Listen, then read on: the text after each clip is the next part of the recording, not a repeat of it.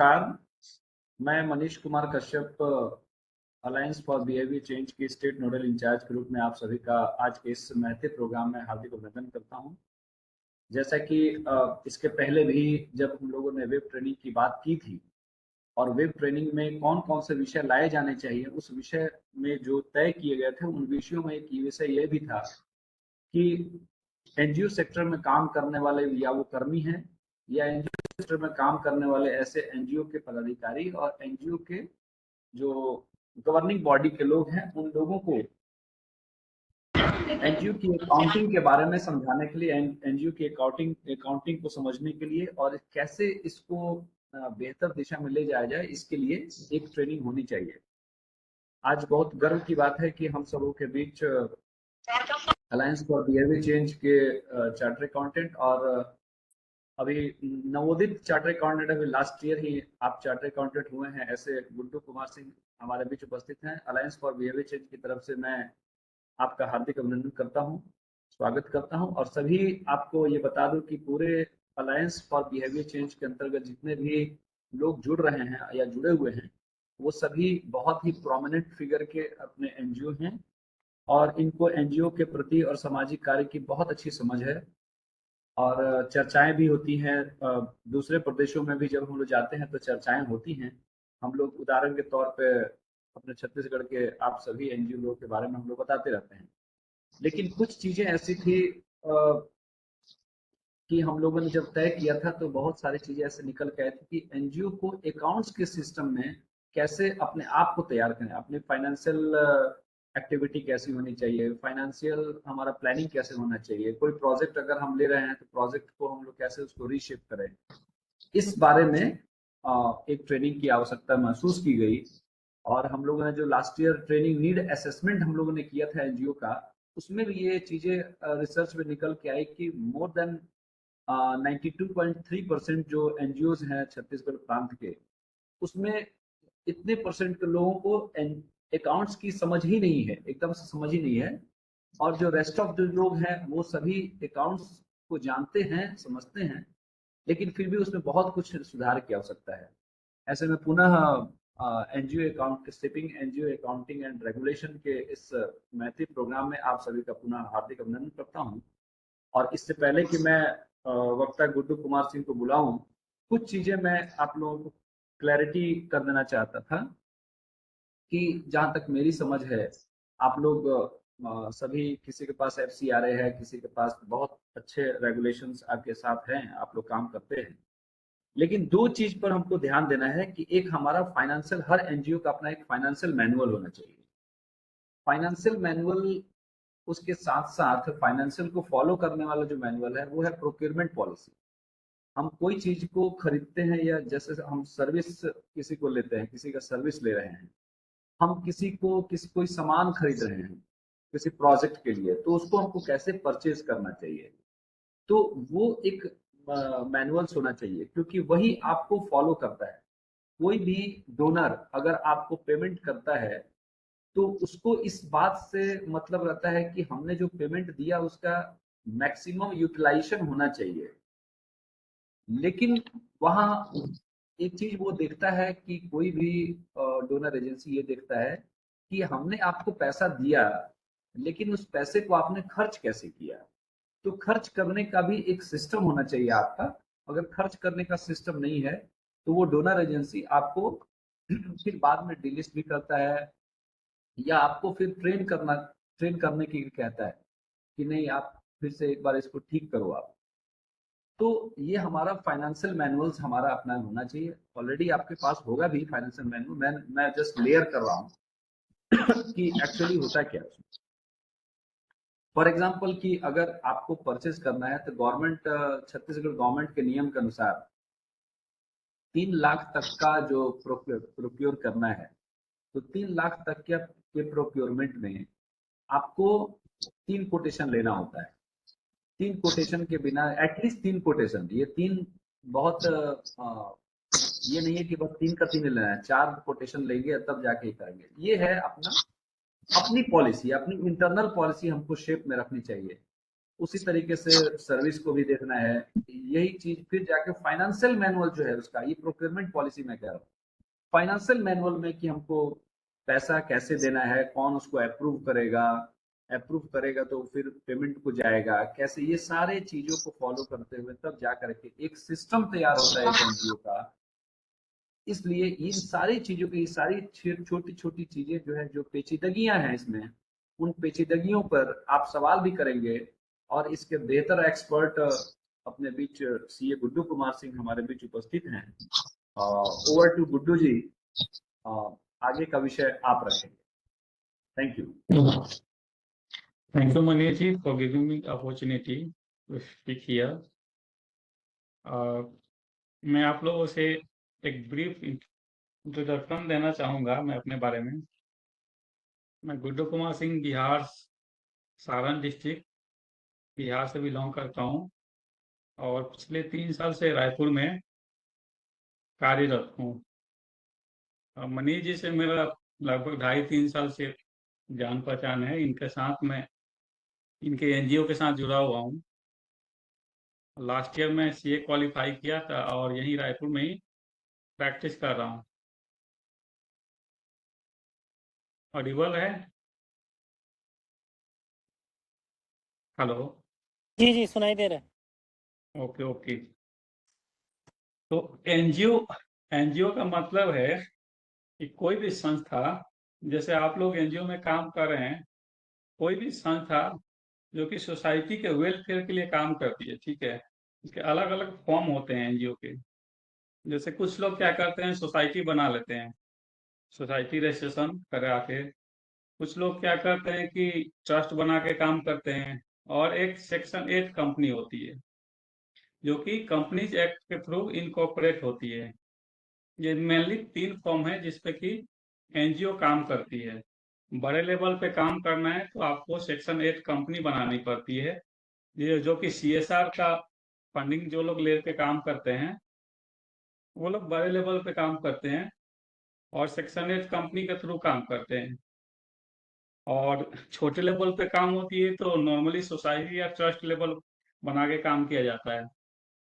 Trust भी होते हैं, बड़ी बड़ी कंपनियां अपने सेल्फ ट्रस्ट बना लेती है। जैसे टाटा ग्रुप का आप नाम सुने होंगे, उसका अपना टाटा ट्रस्ट है, तो खुद मतलब अपना सीएसआर का काम करती है।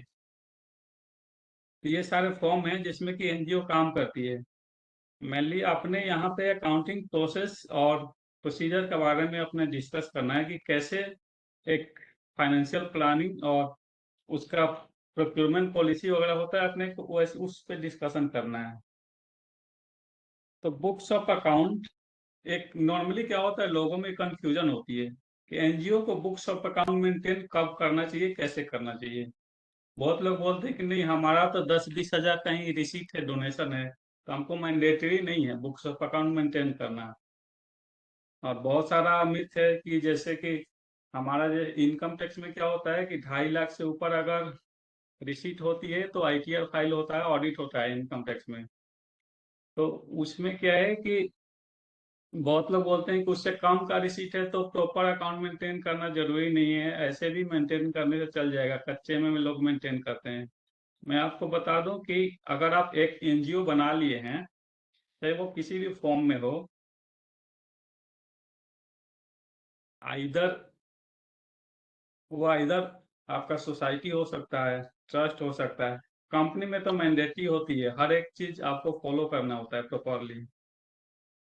तो अगर आप एनजीओ बना लेते हैं तो अकाउंटिंग में अकाउंट आपको मेंटेन करना मैंडेटरी होता है। चाहे आपका 2,000 या 5,000 का ही रिसीट हो पूरे साल में, फिर भी आपको प्रॉपर अकाउंटिंग मेंटेन करना जरूरी है, ठीक है। दूसरा है कि ऑडिट ऑडिट कराना जरूरी होता है। 2 तरह की ऑडिट होती है। पहला होता है एक स्टेट ऑडिट, जो कि जनरल ऑडिट बोलते हैं, वो सारे एनजीओ को मैंडेटरी होती है। अगर इनकम टैक्स में ऑडिट अप्लीकेबल ना भी हो, फिर भी नॉर्मल ऑडिट आपको कराना होता है। और एनजीओ जो रन करती है उसका एक बायलॉ होता है। आप लोग जैसे एनजीओ चला रहे हैं तो आप लोग एक जब ड्राफ्ट करवाए होंगे, अपने एनजीओ का इनकॉर्पोरेशन करवाए होंगे, तो आपका जो लीगल एडवाइजर होगा या फिर जिससे आप करवाए होंगे वो आपको एक बायलॉ ड्राफ्ट करके दिया होगा। तो क्या किसी ने बायलॉ थ्योरी आज तक पढ़ा है कि क्या क्या उसमें लिखा रहता है? कुछ बताइएगा आप लोगों में से कि क्या क्या रहता है, कोई बता पाएगा 2-4 पॉइंट?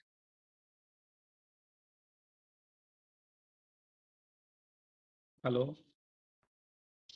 हाँ मंगल जी बताइए। हाँ, कोई पहला बताइए कोई ज्ञापन बताइए। होता है। कोई भी हो। पहला ज्ञापन होता है। और ज्ञापन बताइए। ज्ञापन में नाम नाम पता लिखा होता है संस्था का। जी जी। जी उसके बाद उसके उद्देश्य होते हैं। जी। उद्देश्य के बाद उसमें जो बोर्ड ऑफ डायरेक्टर जो होते हैं उनके नाम होते हैं। उसके बाद ओके फिर लास्ट में एक में साइन होता है और एक में नाम नाम पता लिखा होता है सेम उसी ओके। प्रोफार्मे में ज्ञापन में। उसके बाद फिर वो साक्षी का हस्ताक्षर होता है। जी जी। उसके बाद आ जाता है फिर नियमावली। तो जो जी। उद्देश्य ज्ञापन में होता है वही उद्देश्य नियमावली में होता है। ओके। और नियमावली में फिर बैंक खाता किस तरह से लेना है कि कितने रुपए हमारा मासिक शुल्क जमा होगा, संरक्षण शुल्क सदस्यता कितना है, जी अध्यक्ष कितना होगा, सचिव कितने होंगे, बोर्ड ऑफ डायरेक्टर में हो सकता है कोई दो दो उपाध्यक्ष रखे अपने बायलाज में। इस तरह के बायलाज में उसके बहुत सारे पॉइंट्स दिए हैं अलग अलग। ओके। तो हमने पढ़ा है, ऐसे नहीं लगभग अधिकांश साथी हमारे क्योंकि सभी पुराने लोग ही हैं, अभी जितने लोग जुड़े हैं जी जी। लगभग सभी लोग पढ़े हैं। हाँ वही। ये है कि जो बायलॉ होता है वो आपका कंडक्ट करता है, ठीक है। उसमें जो लिखा है वैसे ही आपको रन करना होता है एनजीओ को, ठीक है। और बायलॉ में एक कंडीशन आप कमिटमेंट करते हैं। आपका जो बायलॉ होता है उसमें एक कंडीशन होती है कि आप एवरी ईयर अपने एनजीओ का या जो भी हो, सोसाइटी ट्रस्ट हो, उसका ऑडिट करवाएंगे। उसमें लिखा रहता है, ठीक है। तो ये भी एक पॉइंट रहता है उसमें मेंशन कि हमको हर साल ऑडिट करवानी है। स्टेट ऑडिट उसको बोलते हैं, नॉर्मल ऑडिट। उसी का और है वो एक ऑडिट। धारा 27 28 जो जानकारी देते हैं ना। धारा जी जी। 28 ऑडिट हो जाता है और धारा जी 27 जी। है वार्षिक आम सभा की बैठक कार्रवाई होती है। Okay okay. हाँ वही मैं बोल रहा हूँ कि उसमें एक हम लोग कमिटेड रहते हैं कि हमको ऑडिट करवानी है, ठीक है। तो वो एज पर लॉ आपका बायलॉ में लिखा हुआ है तो वो आपको कराना ही है। तो उसमें आपको ये नहीं देखना है कि हमारा टोटल रिसीट कितने की है, इधर 10,000 की है कि 10 लाख की है या 10 करोड़ की है, ठीक है। आपका कितना का भी रिसीट हो या ना भी हो, आपको ऑडिट कराना है, प्रॉपर अकाउंट मेंटेन करना है, ठीक है। इसके अलावा आपका बायलॉ जो है, अगर अब ऐसा ऐसा अगर बायलॉ में आप लिख दिए हैं कि हमको पेमेंट करना है, ठीक है, किसी को पेमेंट करना है, और अगर कैश में करना है, कैश में अगर बायलॉ में लिख दिया कि हमको 12,000 का पेमेंट करना है किसी पार्टी को सिंगल डे में, तो क्या कोई बताएगा कि कर पाएंगे कि नहीं कर पाएंगे?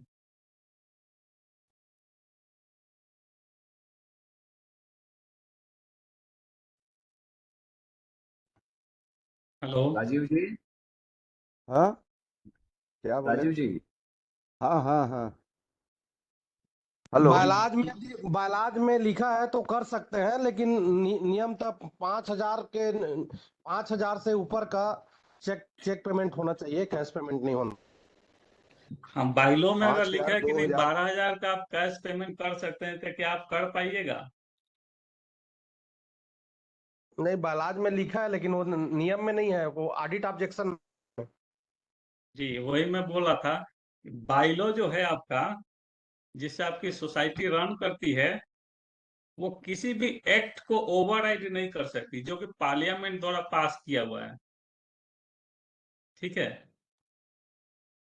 कोई भी बाइलो का कोई भी ऐसा पॉइंट जो जो कि पार्लियामेंट द्वारा पास हुआ है, एक्ट को ओवरराइड नहीं कर सकती। अगर आप बाइलॉ में लिख दें कि नहीं हम 10,000 या 10,000 से ऊपर का कैश पेमेंट कर सकते हैं, 12,000 या 15,000 का, लेकिन इनकम टैक्स एक्ट है वो रेस्ट्रिक्शन लगाती है कि कोई भी कैश पेमेंट 10,000 के ऊपर सिंगल पार्टी को नहीं कर सकते, तो आपको नहीं करना है, ठीक पांच है। हजार की 10,000 गुड्डू जी? 10,000 की लिमिट है, single single day single party. और ये पेमेंट का मैं बात कर रहा हूँ, एक्सेप्टेंस के लिए अलग चीज है। एनजीओ को कैश एक्सेप्ट नहीं करना है 2,000 से ऊपर का। एनजीओ के लिए कैश में डोनेशन आप एक्सेप्ट नहीं कर सकते मोर देन 2000 रुपीज। 2000 या उससे ऊपर का डोनेशन है तो अकाउंट पे चेक या फिर ऑनलाइन ट्रांसफर एनईएफटी आरटीजीएस के थ्रू ही ले सकते हैं। इसके अलावा क्या है कि कोई भी एनजीओ को अगर क्लेम करना है एग्जम्पशन इनकम टैक्स में तो उसको रजिस्ट्रेशन करानी पड़ती है। 12AA की रजिस्ट्रेशन होती है इनकम टैक्स में, 80G की रजिस्ट्रेशन होती है। तो अगर इसमें रजिस्ट्रेशन आप लेकर रखें तो आप किसी से भी डोनेशन रिसीव करते हैं तो इनकम टैक्स का सेक्शन 11-12 में आपको क्या होता है उसका एग्जाम्पशन मिल जाता है।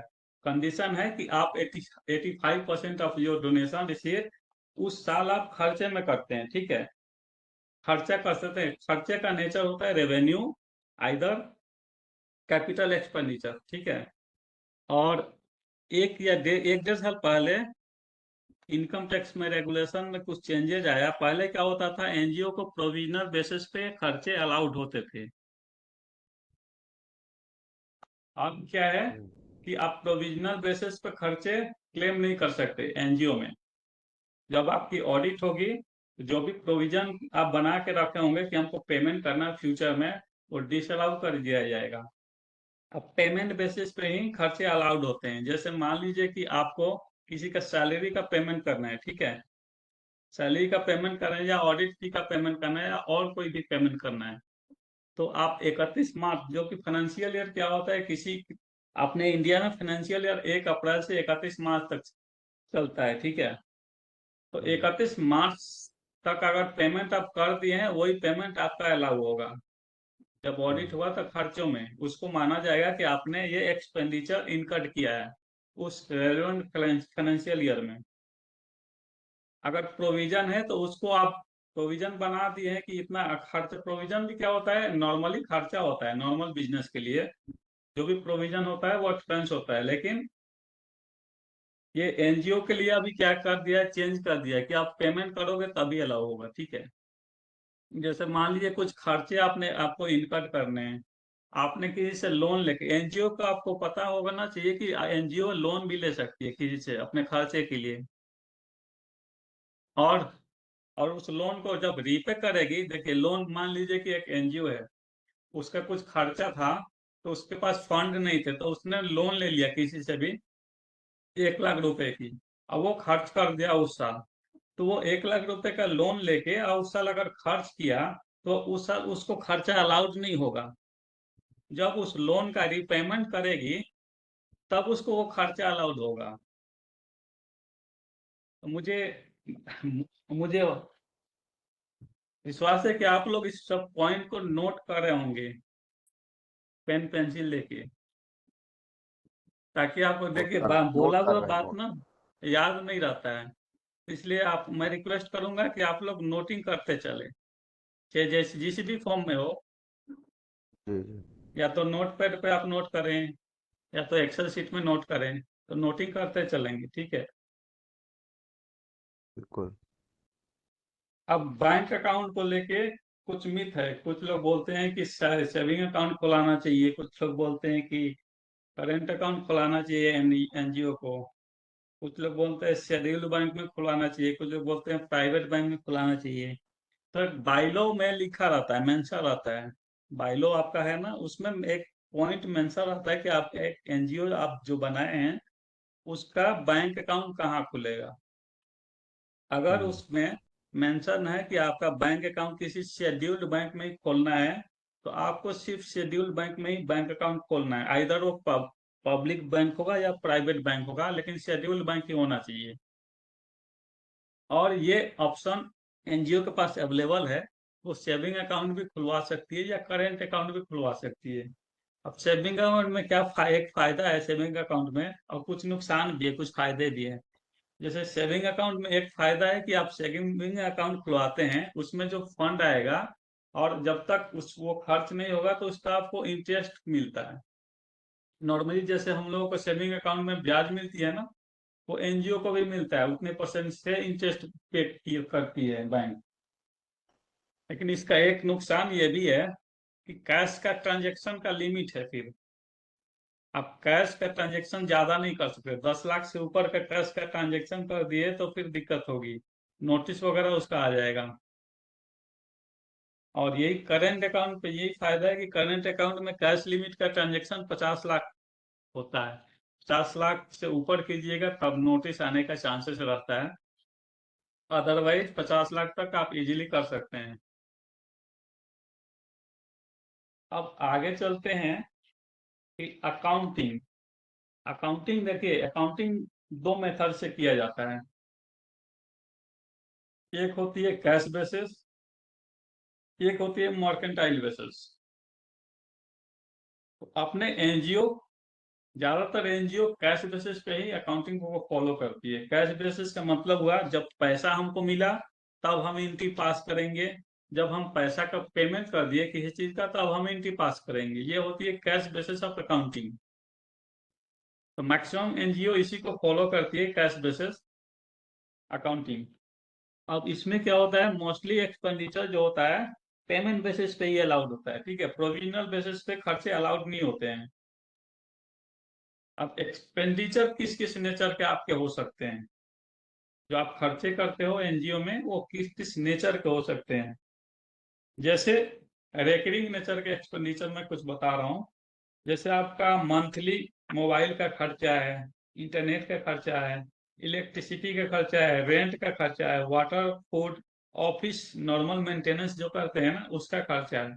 ये सब रेकरिंग बेसिस खर्चे हैं जो कि रेगुलर आपको होने हैं, हर मंथ होने हैं खर्चे। दूसरा होता है event based expenditure. Event based expenditure मतलब कि आप कोई इवेंट किए, ऑर्गेनाइज किए, वहां पे जो खर्चे हुए उसको बोलते हैं इवेंट बेस्ड एक्सपेंडिचर। जैसे मान लीजिए कहीं कोई कैंप लगाए, वहाँ ट्रेवलिंग का खर्चा होगा, कन्वेंस का खर्चा होगा, वहां पे और फुटिंग का खर्चा होगा, और मतलब मान लीजिए कहीं और कोई एक्टिविटी की है उस पे जो खर्चे आएंगे तो इवेंट बेस्ड एक्सपेंडिचर हो गया आपके। नॉर्मली सैलरी का भी खर्चा होता है एनजीओ में। अब क्या हुआ है कि आपको मेंटेन कैसे करना है अकाउंट, ठीक है। जैसे खर्चे आप कोई भी एनजीओ करती है तो अकाउंट मेन है कि आपको प्रॉपर मेंटेन करना बहुत जरूरी है। तो डिपार्टमेंट क्या करती है, हर एनजीओ जो कि एग्जम्पशन क्लेम करता है इनकम टैक्स एक्ट में, उसको क्या होता है कि हर 5 साल पहले क्या था कि लाइफ टाइम परमानेंट रजिस्ट्रेशन मिल जाती थी। चलो भाई एक बार रजिस्ट्रेशन ले लिए, अब जिंदगी भर अपना एनजीओ चलता रहेगा। अब नियम कानून बदल गए हैं, अब क्या है कि 5-5 साल के लिए आपको रजिस्ट्रेशन मिलता है, तो आप सबको पता होगा। अब हर 5 साल पर आपको रिन्यू करना पड़ेगा रजिस्ट्रेशन। तो उसके लिए अभी क्या है कि प्रॉपर आपके पास अकाउंटिंग डेटा मेंटेन होने चाहिए, प्रॉपर इनवॉइसिंग मेंटेन होने चाहिए। तो कुछ पॉइंट आप नोट कर लीजिएगा जो कि अकाउंटिंग मेंटेन करने में आपको हेल्प करेगी। जैसे आपके पास मेंटेन करना चाहिए ईयरली एक्सपेंस का एक फाइल होना चाहिए किसी फ्री एक फाइनेंशियल ईयर। जैसे ये मान लीजिए 2023-24 चल रहा था, अभी क्लोज हो गया, 24 खत्म हो गया। अब जो 1 अप्रैल 2024 से जो ईयर स्टार्ट हुआ है ये 24-25 फाइनेंशियल ईयर है। तो ये जो करेंट ईयर स्टार्ट हुआ है 1 अप्रैल 2024 से ये खत्म होगा 31 मार्च 2025 को। तो इस साल जो भी खर्चे होंगे हमारे, इसके लिए एक फाइल हमारे पास होना चाहिए जिसका नाम क्या रहेगा, क्या रहेगा, ईयरली एक्सपेंस फाइल, ठीक है। इसमें आपको क्या क्या रखना है, ऑल एक्सपेंस इनवॉइस, अब बिल, इस फाइल में आपको मेंटेन रहना चाहिए। जितने खर्चे किए हैं उसका इनवॉइस अपने पास होना चाहिए या बिल की कॉपी उस फाइल में लगने चाहिए। और एक्सपेंस जो होगा वो आप कोशिश कीजिए कि बैंक के थ्रू, एनजीओ का जो आपका बैंक अकाउंट है उसी के थ्रू आप पे करें। कैश में पेमेंट आप मैक्सिमम अवॉइड कीजिए। छोटे मोटे खर्चे आप कैश में कर सकते हैं, लेकिन मेनली जो खर्चे हैं बड़े बड़े उसको आप अवॉइड कीजिए कि कैश में नहीं करना है। हेलो, आवाज आ रही है? जी सर। आ रही सर। सबको ऑडिबल है? सर हाँ, तो मैं जो नोटिंग कर रहा हूँ उसको आप लोग ध्यान रखिएगा, ठीक है। आप लोग आगे चल के अकाउंटिंग मेंटेन करने में हेल्प करेगा। तो मैं बता रहा था अभी कि बैंक के थ्रू ही आप खर्चे का पेमेंट करें, जो भी आपके एक्सपेंडिचर है तो कोशिश कीजिए मतलब कि 95% खर्चे आपके बैंक अकाउंट के थ्रू ही डायरेक्ट पेमेंट हो। ओके, मैं देख लिया। कोई प्रॉब्लम है क्या?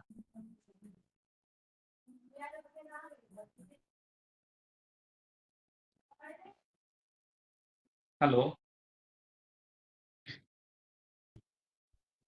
आवाज आ रही है? सभी अनम्यूट कर लेंगे। जी सर, आ रही है। म्यूट किया हुआ है मैक्सिमम। ओके, तो बैंक, मैं बोल रहा था कि खर्चे जो भी हो सबको बैंक के थ्रू ही ट्राई करना है कि पेमेंट करना है। कुछ खर्चे ऐसे होते हैं जो कि पॉसिबल नहीं है बैंक से करने में, तो वो आप कैश में कर सकते हैं। ठीक है, जैसे मान लीजिए आप कहीं गए, कुछ अर्जेंट खर्चे करने पड़े, जैसे कुछ परचेज करना पड़ा, जैसे मान लीजिए कोई एक्टिविटी आपके इवेंट चल रहा है, वहां पे अचानक किसी को पेमेंट करना पड़ा, कुछ खरीदना पड़ा, तो आप कैश में कर सकते हैं, लेकिन ध्यान रहे कि 10,000 से ऊपर का पेमेंट ना करें। ठीक है, अवॉइड करें कि 10,000 से ऊपर का कैश में खर्चे ना करें सिंगल डे में। 1-2 हजार 4,000 चलेगा। तो इसके बाद है कि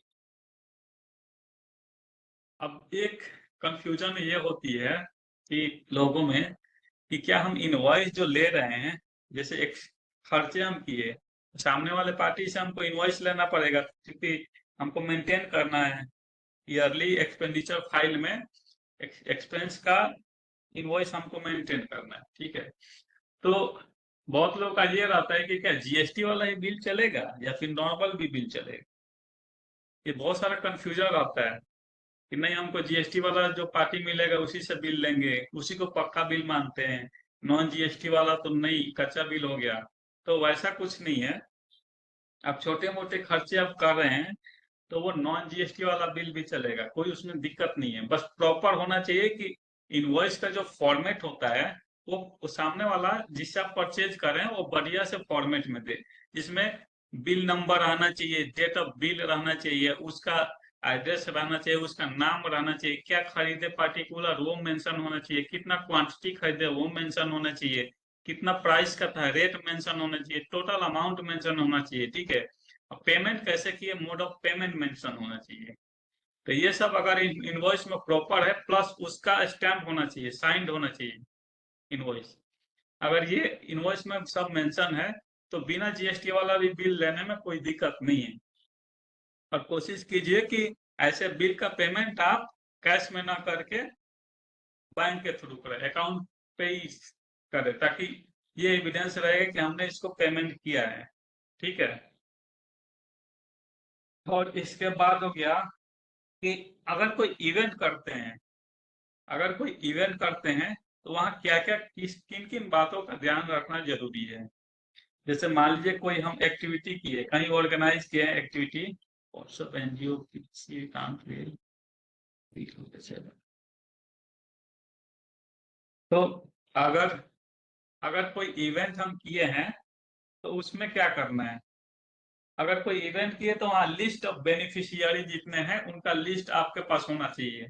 इवेंट में जितने लोग पार्टिसिपेट किए हैं सबका नाम लिस्ट बनाओ, या एक्सेल शीट में बना लीजिए या तो मैनुअल बना लीजिए। ठीक है, तो सबका लिस्ट होना चाहिए, लिस्ट नेम वाइज होना चाहिए, सबका नाम होना चाहिए, सबका एड्रेस होना चाहिए, सबका आधार कार्ड होना चाहिए, सबका, और उस इवेंट का फोटो होना चाहिए। ठीक है, आप उस इवेंट में क्या आर्टिकल डिस्ट्रीब्यूट किए हैं वो होना चाहिए। अगर अगर कोई सर्टिफिकेट ऑफ एप्रिसिएशन दे रहे हैं तो वो उसका भी रिकॉर्ड होना चाहिए, प्लस जो इवेंट है उसका फोटो तो होना ही चाहिए कि हमने यहाँ पे ये इवेंट ऑर्गेनाइज किया था, इसका डिटेल ये सब है। ठीक है, वो सारे पार्टिकुलर आपके पास होने चाहिए। मेन है लिस्ट ऑफ बेनिफिशियरी, बहुत जरूरी है, कितने लोग थे, क्या नाम था, कहाँ से आए थे, ठीक है, उनका आधार नंबर, ये सब होने चाहिए। इसके बाद list of travelling Excel form में या फिर अदर मैनुअल फॉर्म में होने चाहिए। जैसे वो लोग कोई एक्टिविटी कराए हैं तो टीए का हम रिम्बर्समेंट करते हैं, ठीक है, टीए हमको देना है, ट्रेवलिंग का खर्चा, तो इसका भी एक लिस्ट बना चाहिए, कौन कौन आदमी आया, कौन से डेट में आया, कहाँ से आया, ओरिजिन टू डेस्टिनेशन, कहाँ से आया कहाँ आया, ठीक है। तो ओरिजिन टू डेस्टिनेशन होना चाहिए, सिटी होना चाहिए, कौन से सिटी से आया, ठीक है, पर्पज होना चाहिए, मेन है कि किस काम के लिए आया, किस कारण के लिए, वो पर्पज होना चाहिए, और कितना अमाउंट उसका टीए दिए वो होना चाहिए। तो ये लिस्ट ऑफ ट्रेवलिंग वो भी एक्सेल शीट में अगर पॉसिबल हो तो आप लोग मेंटेन करें, और ट्राई करें कि टीए का पेमेंट बैंक अकाउंट के थ्रू करें। जो भी आपको टीए देना है ट्राई करें आप कि बैंक के थ्रू पेमेंट करें। कभी कभी आप कैश में भी कर सकते हैं, अगर पॉसिबल नहीं है बैंक के थ्रू पे करना तो कैश में भी कर सकते हैं, लेकिन कोशिश करें कि आप बैंक के थ्रू टीए का पेमेंट करें। दूसरा, एनजीओ में क्या होता है कि सैलरी का भी पेमेंट होता है, कुछ एम्प्लॉय होते हैं जिनको सैलरी दिया जाता है। एक्चुअल में एनजीओ का काम जो होता है नेचर, वो होता है सोसाइटी के लिए वर्क करती है कोई भी एनजीओ, तो मैक्सिमम खर्चे हम सैलरी में नहीं दिखा सकते, तो हमको अवॉइड करना चाहिए कि सैलरी में कम खर्चे दिखाएं। जो एक्चुअल जिस पर्पज के लिए एनजीओ बना है उसका काम नहीं है कि हम अपने एम्प्लॉय रखें उसको सैलरी का पेमेंट करें। सोशल वर्क के लिए काम करती है तो हमको मैक्सिमम जिस एक्टिविटी में खर्चे होने हैं वहां पे करने चाहिए, सैलरी का पेमेंट कम करना चाहिए। अगर सैलरी इंडिविजुअल कोई है तो उसमें किन किन बातों का ध्यान रखना है ये आप लोग नोट करें। जैसे किसी को हम सैलरी पे रखे हैं, हायर किए हैं किसी पर्सन को, तो उसका रेज्यूम हमारे पास होना चाहिए, एक फाइल बनेगा, स्टाफ फाइल। एनजीओ को अपने एक स्टाफ का फाइल बनाना पड़ेगा। उस स्टाफ फाइल में क्या क्या होगा, जिस पर्सन को हम हायर किए हैं उसका रेज्यूमे होना चाहिए, ठीक है, उसका फोटो होना चाहिए, उसका पैन नंबर होना चाहिए, उसका आधार नंबर होना चाहिए, ठीक है, उसका डेट ऑफ ज्वाइनिंग होना चाहिए, किस डेट को ज्वाइन किया, ऑफर लेटर होना चाहिए आपके पास, और कौन से डेजिग्नेशन किस पद पे वो ज्वाइन किया है उसका डिटेल्स होना चाहिए। सैलरी का पेमेंट हमेशा बैंक के थ्रू करें, एनजीओ का जो बैंक अकाउंट है उसके थ्रू आप सैलरी का पेमेंट करेंगे ऑलवेज। सैलरी और मोस्ट इंपॉर्टेंट चीज, सैलरी रीजनेबल होना चाहिए। रीजनेबल का मतलब है कि मान लीजिए कोई 10th पास को हम हायर किए हैं, उसको 50,000 रुपये सैलरी दे रहे हैं, तो it is not reasonable, justifiable, ठीक है। आप उसको जस्टिफाई नहीं कर पाओगे। 10th क्लास का बच्चा को हम हायर करके रखे हैं, उसको 50,000 पेमेंट दे रहे हैं। रीजनेबल का मतलब है कि वो अगर कहीं और भी काम करे तो उसको 50,000 मिलना चाहिए, हम उसको उतना ही सैलरी देंगे जितना कि दूसरे जगह भी उसको पे किया जाता है, या फिर नॉर्मली अगर दूसरा आदमी भी अगर दूसरे जगह वो कहीं काम करे तो उतना आदमी उसको सैलरी देगा। तो इस चीज का आपको ध्यान रखना पड़ेगा। तीसरा चीज है, employ should not be relative. NGO का कोई भी एम्प्लॉय रिलेटिव नहीं होना चाहिए। अगर रिलेटिव है तो उसको हमको प्रूव करना पड़ता है कि एनजीओ में एक्चुअली ये काम करते हैं, ठीक है, टेक्निकल क्वालिफिकेशन है, तब एनजीओ का एम्प्लॉय कोई रिलेटिव हो सकता है। क्योंकि ऑडिट रिपोर्ट में ये डिस्क्लोज करना पड़ता है कि कोई रिलेटिव तो नहीं है एनजीओ में जो कि काम करती है, ठीक है। एनजीओ के जो भी ट्रस्टी या मेंबर होते हैं उनके अगर फैमिली मेंबर को अगर आप सैलरी दे रहे हैं तो फिर इसका डिस्क्लोजर देना पड़ता है ऑडिट रिपोर्ट में। तो आपके पास प्रॉपर उसका जस्टिफिकेशन जरूरी है कि हाँ वो टेक्निकली क्वालिफाइड हैं उस काम को करने के लिए, तभी उनको सैलरी पर रखें, और सैलरी भी उनका रीजनेबल होना चाहिए। इसके अलावा कुछ एनजीओ क्या करती है, ट्यूशन या कोचिंग क्लासेस चलाती है, जिससे स्टूडेंट को क्या करती है, पढ़ाती है, वो भी एक तरह का सोशल वर्क है, ठीक है। तो उसमें इस बात को ध्यान रखना होता है कि स्टूडेंट जितने आपके पास रजिस्टर है उसका स्टूडेंट एक फाइल आपके पास होना चाहिए, स्टूडेंट का रजिस्ट्रेशन फॉर्म होना चाहिए, अटेंडेंस रजिस्टर बनेगा, स्टूडेंट का बाकी बायोडेटा होगा, आधार कार्ड, पैन कार्ड, ठीक है, ये सब आपके पास अवेलेबल होना चाहिए। इसके अलावा एक्सपेंस में बता रहा हूँ, जो अपने एनजीओ का एक्सपेंस बोल रहे थे, वो अलाउ इनकम टैक्स में कैसे होता है। जैसे आपने जो खर्चे कर दिए तो सारे खर्चे अलाउ नहीं होते हैं, वो आपके रेवेन्यू और कैपिटल एक्सपेंडिचर अलाउ होते हैं कब, पेमेंट बेसिस पे। जब आप पेमेंट करोगे तो ही अलाउ होंगे, ठीक है। प्रोविजनल बेसिस पे अलाउ नहीं होते हैं।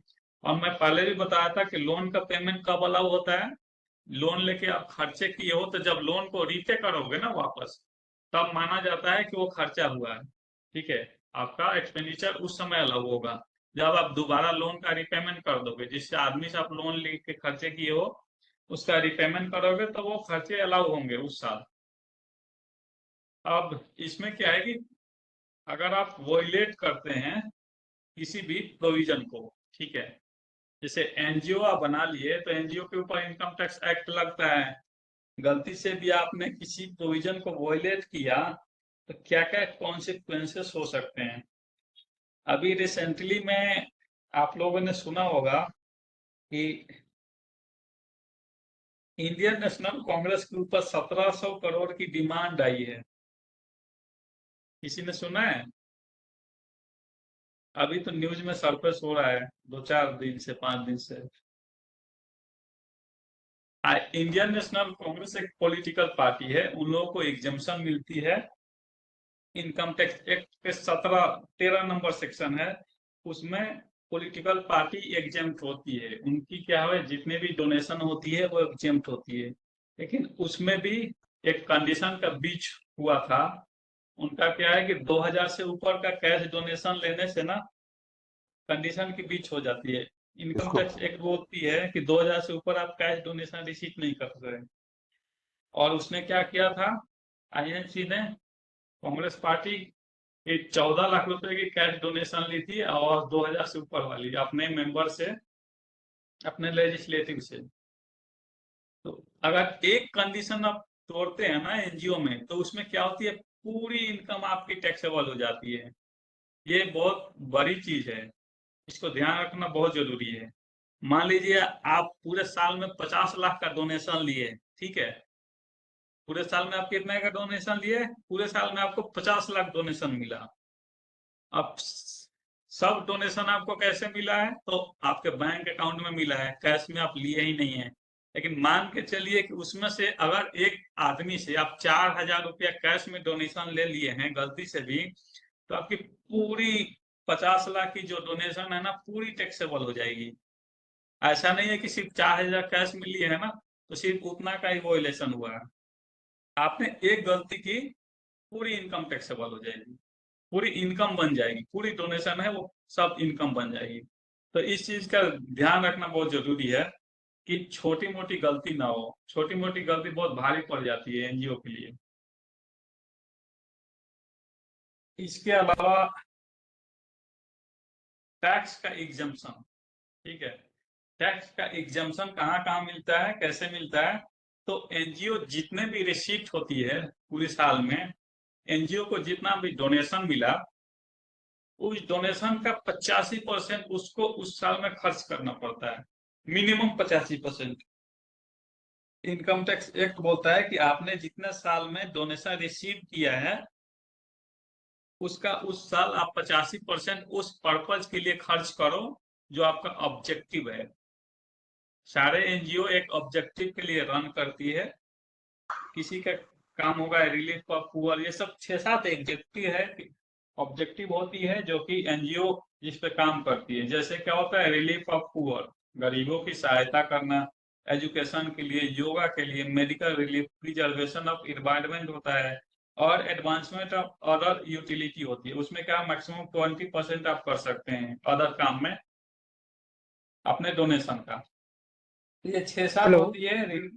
हेलो, हेलो हाँ सर, बोलिए। इससे पहले समझ पाया मैं, आप 4000 क्या बोल रहे थे? 4000 यदि कोई मैं कैश बोला, लेता है और हाँ मैं बोला हूँ कि कैश डोनेशन ना रिसीट करना रेस्ट्रिक्टेड है। 2000 रुपए से ज्यादा आप कैश नहीं ले सकते, 2000 या उसके ऊपर कैश नहीं ले सकते हैं, ठीक है।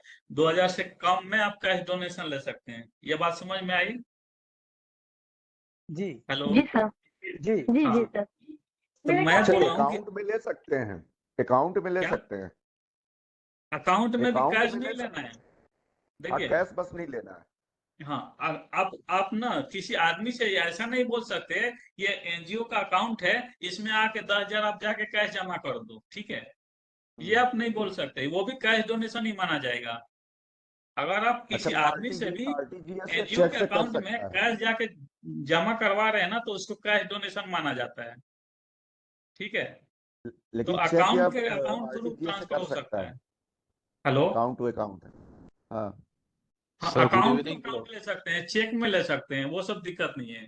एनईएफटी, अच्छा। आरटीजीएस, यूपीआई कोई भी मोड से लीजिए, हाँ हाँ। लेकिन कैश में नहीं ले सकते। कैश में 2,000 से कम का डोनेशन ले सकते हैं। अगर मैं बोला था वो 4,000 वाला क्या था कि आप गलती से भी 2,000 से ऊपर का डोनेशन ले लिए ना, तो पूरे साल की इनकम टैक्सेबल हो जाएगी। सारी जितनी डोनेशन होती है ना आपकी, पूरे साल में जितना रिसीव किए हैं, सब पे एमएमआर से टैक्स लगता है। एनजीओ को एमएमआर का मतलब होता है 30% प्लस 12% प्लस 4%, ठीक है। मैक्सिमम मार्जिनल रेट से टैक्सेबल हो जाती है इनकम। एक गलती की है कि सारी इनकम टैक्सेबल हो जाएगी, कोई सुनवाई नहीं वहां पे। तो सर ये गुड ये इवनिंग। मैं बताया था, वो 4,000 वाला जो पॉइंट था ना, ये बताया था। अभी अभी एग्जांपल दिया ना, कांग्रेस के साथ क्या हुआ है, उसने क्लियर हो गया सर, पूरे, क्लियर हो गया। उसमें क्या क्या था, पूरे साल में सिर्फ 14 लाख का ही वायलेशन किया था। 14 लाख रुपया मात्र लिया था, उसका 1,700 करोड़ का डिमांड आ गया है। ऐसा ऐसा इनकम टैक्स एक्ट में नियम कानून है, ठीक है, उसको फॉलो करना जरूरी है। सर तो एक अभी मैं क्वेश्चन है वो, मेरे। हाँ बोलिए। डॉक्टर मनोज बोल रहा हूँ। Good evening sir. जी जी जी जी। सर जैसे 2,000 रुपये का कैश ही ले सकते हैं या उससे कम लेना है? मान लीजिए हाँ 10 व्यक्ति दिए 2-2 हजार रुपया, और उसका हाँ इकट्ठा जमा कर सकते कि नहीं हम लोग रिसिप्ट हाँ, काट क्यों के? नहीं कर सकते हैं। आपने जिस आदमी से कैश लिया है ना, हम्म। ठीक है, उसका आपके पास डिटेल होना चाहिए। जैसे एक जी जी रजिस्टर आप मेंटेन करोगे, जी जी जी उस आदमी का नाम होना चाहिए, उस आदमी का आधार नंबर लिखोगे, पैन नंबर लिखोगे, मोबाइल नंबर लिखोगे, और उसका सिग्नेचर कराओगे रजिस्टर में। जी। और कितना अमाउंट डोनेशन उससे कैश में लिए हो, वो आप हम्म। मेंटेन करोगे, ठीक है। जी। इतना डिटेल आपके पास है तो कोई दिक्कत नहीं है लेने में, ठीक ठीक। ठीक है। जी मेनली आधार पैन कार्ड तो होना ही चाहिए उस आदमी का जिससे आप डोनेशन लिए हो, ताकि अगर कभी डिपार्टमेंट इंक्वायरी करे कि हाँ, हम्म ये बताओ कि मान लो आप 20 आदमी से लेके हम्म। 2-2 हजार ही 40,000 हो गया, जी। ठीक है। मान लो 1,500 ही लिए, तो हम्म। 20 आदमी से 1,500 कितना हो गया, 30,000। 30,000 जाके आप कैश जमा कर दिए, ठीक जी। है। डिपार्टमेंट कभी भी, डिपार्टमेंट वैसे जनरली नहीं आती है, हम्म। आपकी जब 5 साल में रिन्यू करने आएगी ना, तो पूरा अकाउंट को चेक करेगी 2-3 साल की। तो वो बोलेगे कि ये 30,000 कैश डिपॉजिट है, बताइए किस किस से लिए। तो आप ऐसे ही नहीं बोल सकते हवा में कि नहीं ये वो आदमी दिया था, वो आदमी दिया था, वो दिया था, वैसे नहीं बोल सकते।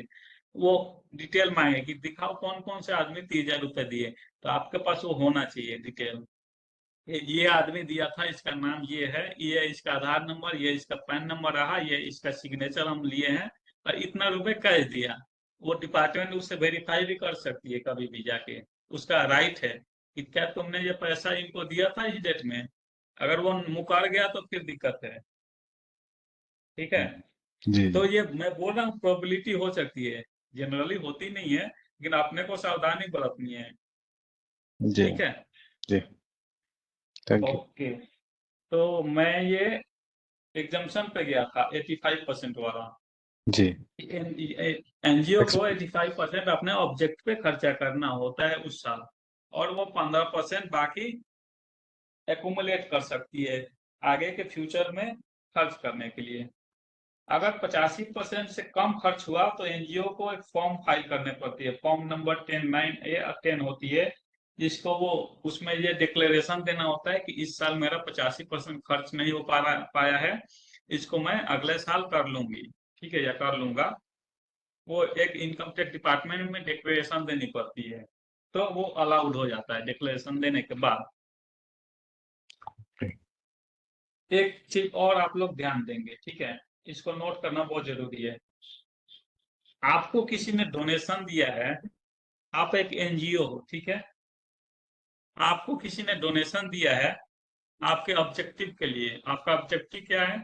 सोशल वर्क कर रहे हो, जो आपका ऑब्जेक्टिव है बाई लॉ में, वो उस पे आप काम करो। उसके लिए किसी ने डोनेशन दिया है, आपने कहीं से डोनेशन रिसीव किया है, उस पैसे को आप किसी दूसरे एनजीओ को नहीं डोनेट कर सकते हैं, ठीक है।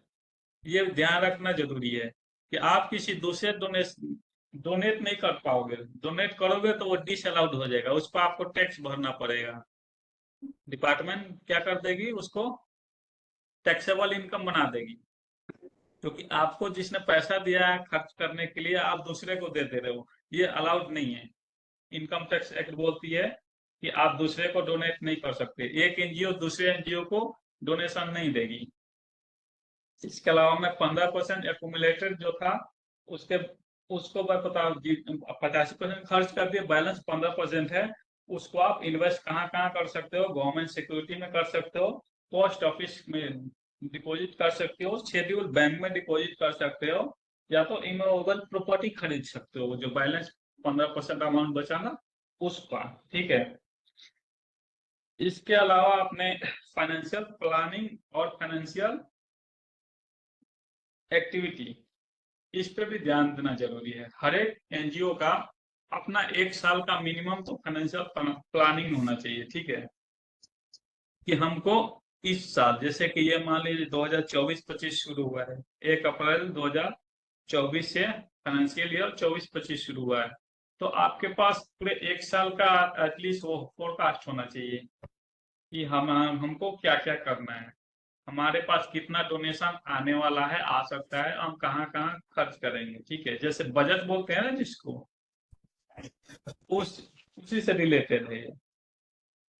इसके अलावा आपके पास फाइनेंशियल मैनुअल होने चाहिए, जिसमें क्या होती है, फाइनेंशियल मैनुअल में क्या होती है कि आपको खर्च कैसे करना है, ठीक है। उसमें आपको प्रोक्योरमेंट पॉलिसी भी कवर होती है।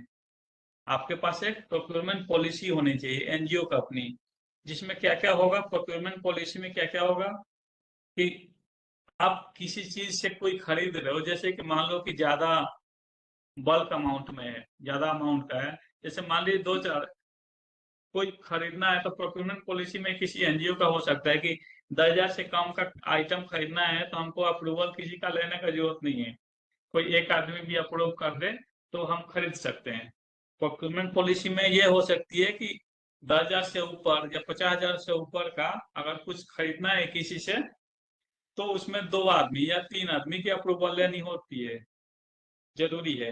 ये आपकी अपनी पॉलिसी हो सकती है, ठीक है, एनजीओ की। तो एक प्रोक्योरमेंट पॉलिसी तो सब एनजीओ की होनी ही चाहिए, ठीक है। तो पॉलिसी में कैसे कैसे खरीदना है, मान लीजिए कि कोई 4-5 लाख का सामान खरीदना है, तो उसमें आपकी पॉलिसी होनी चाहिए कि उसके लिए कोटेशन लेंगे हम, ठीक है, कम से कम 2 या 3 कोटेशन लेंगे, और कोटेशन में जो लोवेस्ट प्राइस होगा उसको खरीदा जाएगा, या तो उसमें क्वालिटी देखा जाएगा, क्वालिटी वेरिफिकेशन करेंगे हम लोग, और 2-3 जो मेंबर होते हैं प्रोक्योरमेंट पॉलिसी के, जो मेंबर हैं वो अप्रूव करेंगे, तीनों लोग, तब जाके वो खरीदाएगा। तो ये आपके पास एक प्रोक्योरमेंट पॉलिसी होनी चाहिए फाइनेंशियल मैनुअल के अंदर में। एक प्रोप्राइटरी कंसर्न होती है, ठीक है, प्रोप्राइटरी कंसर्न होती है एनजीओ को, एक प्रोप्राइटरी ऑडिट होती है, बड़ी बड़ी एनजीओ जो होती है ना उसका प्रोप्राइटरी ऑडिट भी होती है, ठीक है। प्रोप्राइटरी का मतलब होता है इकोनॉमी, इफिशियंसी एंड इफेक्टिवनेस, ठीक है।